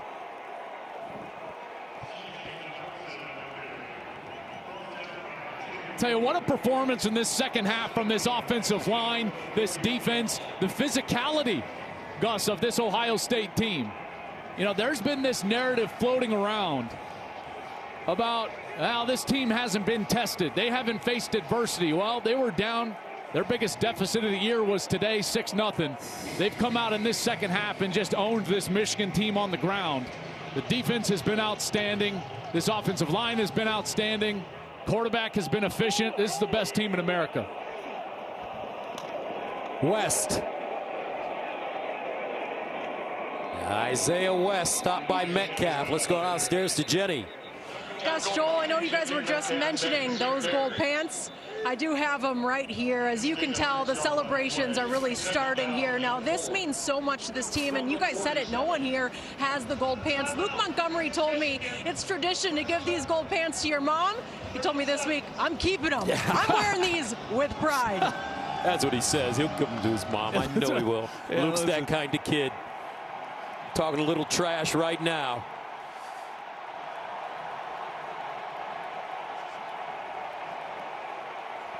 We've been waiting a long time for this. Gus, tomorrow is 6 years to the day. The last time Ohio State beat Michigan. And there have been some devastating losses over the last 4. A couple of those matchups, both of these teams undefeated. That 23 matchup was just sensational. Both undefeated. Spot in the Big Ten championship and the playoff on the line. Michigan has been able to win those games, and Ryan Day, last year when he lost this game to Michigan, there were a lot of folks around Columbus that thought they needed somebody different than Ryan Day. And you look up here today, and he's about to go 16-0 since that Saturday afternoon in the shoe with a national championship. This will be his 7th win over a ranked opponent in that stretch, and he'll finally get a long-awaited win over his rival. 2nd down and 4 at the 47.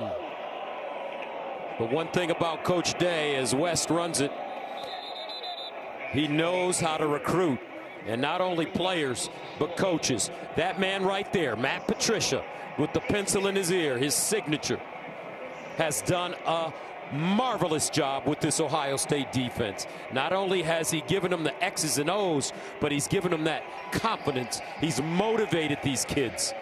They believe in him and look up to him. I mean, they lost 8 draft picks off that defense. You know, and you come back and you think about Ryan Day's checklist since the beginning of last year. Well, they won the national championship. They're looking for that Big Ten championship, but now he can put a check mark right here, and he can finally get rid of that line at the bottom of the checklist. He's done a sensational job, but I agree with you, partner. And, you know, when he hired Matt Patricia, there were some raised eyebrows around this sport. Like, really, Matt Patricia had been kind of out of football, was an analyst with the Eagles the last time he was in it. Of course, the last time we saw him was right here in this state as a head coach with the Detroit Lions. And he brings him in. They lose 8 draft picks off that defense, and this defense is somehow better. They got 4 first-rounders right down the middle. Igbinosun might be an early draft pick as well on the outside. Matt Patricia is a teacher. And I tell you what's interesting. When you talk with these defenders, the first thing they'll say, I love that man. There's a lot of love for Matt Patricia, the way he teaches, the way he cares for the players. I think it's a big reason why they've been so good on defense. 3rd down and 3, and Michigan stops the Buckeyes for a loss. Cameron Brandt that time.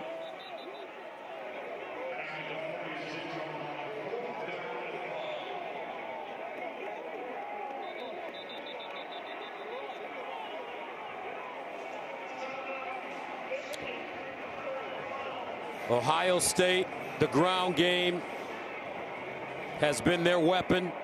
They've run the ball 43 times today. 177 yards rushing. Bo Jackson with 117 of those yards.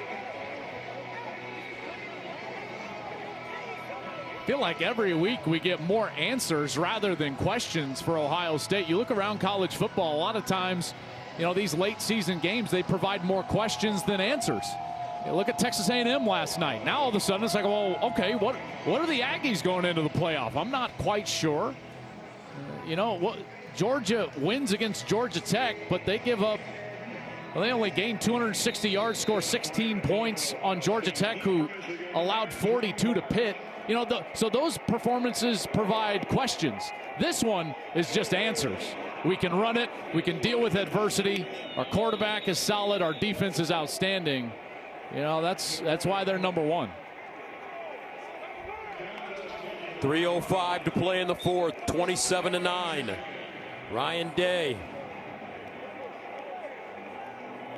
had his guys prepared, calm, confident. As he said, business as usual. Coach Day told us not too long ago, I have one job and one job only, and that's to win every game.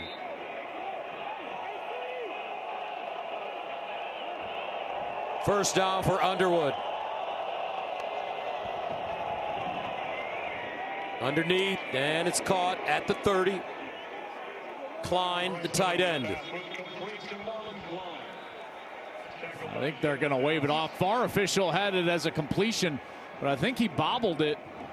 And the near official in the middle of the field started waving it off. Here he is going down to the ground. Did he secure it? No, he doesn't have control. The ball hits the ground. Really good call by those officials there. And you notice the tight coverage. You talk with coaches around the Big Ten, they'll tell you that one of the most difficult parts about facing this Ohio State defense is that they're sticky in coverage. To 3:01. And so whether due to the incomplete pass. So whether they're in man defense or zone, is that they match up well. You know, even in zone defense, that they're sticky. They're on the routes, and they provide tight windows to throw into for the quarterback. 2nd and 10. Underwood. Hit as he throws it. Kuzdal. Pressure by guess who? Kenyatta Jackson. You look up here as they face a 3rd and 5. Andrew Marsh, who was their most productive player on the outside, no catches today for number 4. Underwood.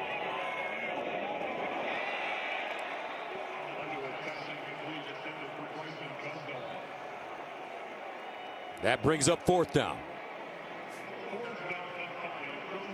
Well, go for it here on 4th down. Part of the reason Marsh has no catches, a lot of times Ohio State has been doubling him over the top and underneath, knowing that Underwood looks that direction most of the time, was the most targeted wide receiver that Michigan had coming into this game, in particular in the back half of the year. 4th down and 5. Michigan going for it. Bryce Underwood, and it's intercepted. Davis and Igbinosun. And that'll do it.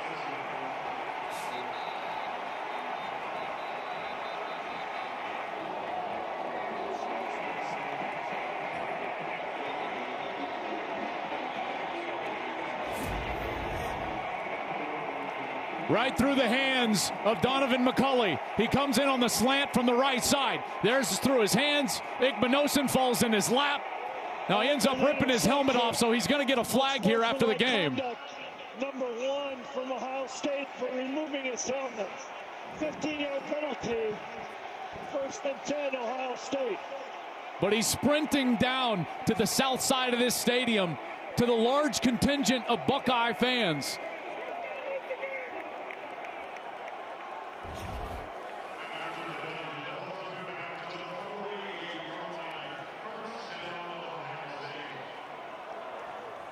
Man, what a performance by this defense.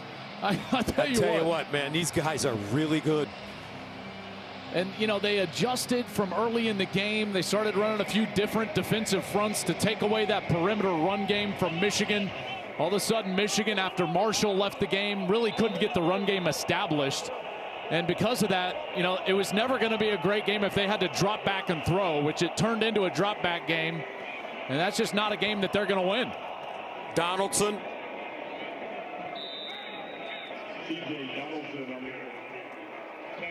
2:24 to go.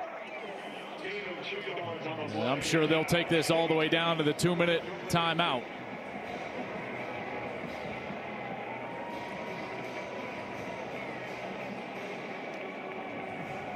Now you start looking around the country. You know, I've had a lot of people ask me about, you know, well, who's the most complete team? Well, isn't today an emphatic answer? Pretty much. 2 minutes remaining in the fourth. The Ohio players.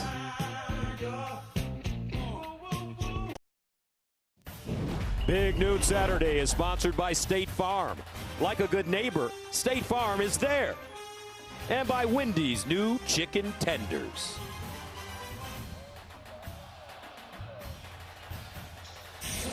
Clearly, the last 4 years haven't been good enough. You have to be critical and figure out what has to be better. We've been waiting a long time to get back to this week. Ryan Day. What a great coach. What a great coach. Credit to Urban Meyer. He passed the baton. He set the Buckeyes up for the future. There's Coach Meyer, our guy, our coach now. He had scope. He saw the future in this man.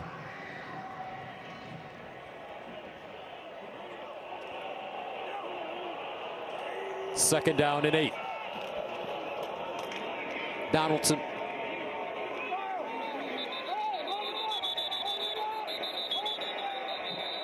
Gains 3. Next Saturday is the Big Ten Championship game on Fox. Second-ranked Indiana punched their ticket last night, but who will be in Indy to face them? Well, we have an idea who that will be. The Ohio State Buckeyes. The Big Ten Championship game coverage begins next Saturday at 6:30 only on Fox. That's 6:30 Eastern. Julian Sayin, what a solid day. 19 of 26, 233, 3 touchdown passes, 1 interception. Third down and 5. And they'll get it with Donaldson. First down, Ohio State. Man, that is an explanation point on the end of this half. That was the 27th run of the second half. And look at Ryan Day. You could just see the stress oozing out of Ryan Day. The joy in Julian Sayin. Transferred from Alabama, sat behind Will Howard last year, learned. And now he and the Buckeyes are 36 seconds away from beating their arch rival and heading to the Big Ten Championship. The reigning national champions remain undefeated. They exercise the demons by defeating the University of Michigan 27-9. Two gentlemen shake hands to end this game. And Ohio State can breathe a little easier today.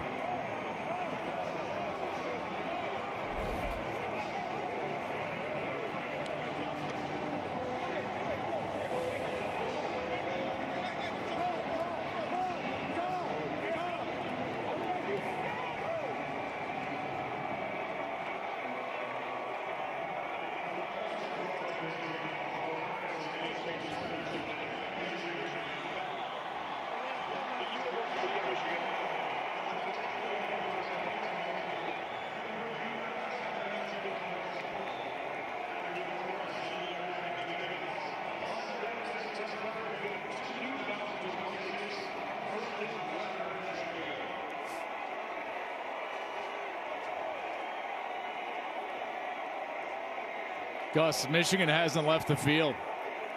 They're guarding the M as Ohio State sits with their fans.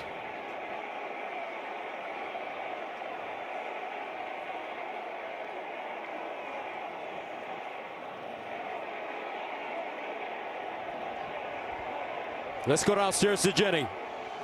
Congratulations. Thanks, Jen. 6 years. You've been waiting and working to celebrate this. How does it feel? Well, I'm just happy for our players. You know, they worked really hard. I'm happy for our coaches. You know, they worked really, really hard. And, you know, we had a good energy this week. We had confidence coming in. And, man, the guys played tough. They played physical. We won the line of scrimmage, and I'm just happy for our guys. There's so much emotion. We're still seeing it on display. What will it mean to you, to your family, and to your fan base to celebrate in Ohio tonight? Well, we're gonna win with humility. And you know, I'm just happy for a lot of people right now. I can't name them all, but it means a lot. Go enjoy it. Hey, thanks. Let's send it over to Tom Rinaldi. Jenny, thank you very much. Julian, your first time playing in this game, which has been a great test for quarterbacks at Ohio State. How do you evaluate your performance? Great win. I think there's still stuff to clean up, you know. Had the turnover in the beginning and put our defense in a bad spot, but they battled and played really well. Off the line, did a great job all day. I mean, I think it was just it was awesome to see our guys just play with elite focus throughout the entire game. What does this mean for these players to deliver this victory to your head coach, Ryan Day, 6 years away from one day? Oh, you know, we wanted this one bad, and we know how much it means to Buckeye Nation, to this state, so it was important for us, and we were excited to get it done. What did you learn about yourself today? Yeah, I think it's just, you know, we always talk about being even-keeled in our quarterback room and, you know, battling adversity. We knew adversity was going to come, and second play of the game, I ended up coming, but, you know, just keep battling and keep fighting, keep swinging. Great victory. Well done, Julian. Thank you. Appreciate it. Let's go back to Jenny.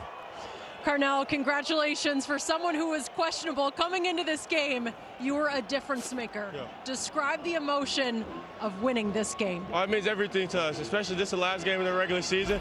They came to our home and beat us last year and put on the show. So it meant everything for us to come out here and put on the show and give them a taste of defeat they gave us last year. What does it mean to win it for Coach Day? It means everything. I mean, the fans booed him all year for this game, and they were waiting on this game for him. So it means everything for him to go out there and win. Enjoy it. Yes, ma'am. Thank you. Gus? All right, Jenny, thank you very much. Joel, your final thoughts. Well, I tell you, this team, I said it in that fourth quarter, you know, they provided more answers than they provide questions. Their offensive line was outstanding. Julian Sayin was terrific after that interception.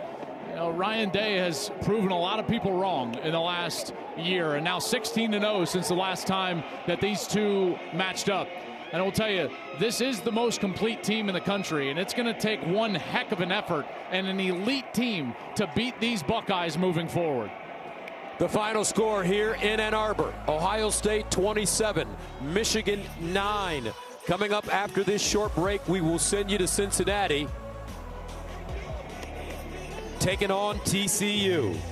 27-9 the final. For Tom, Jenny, my quarterback, Joel Klatt, I'm Gus Johnson. saying so long from Ann Arbor.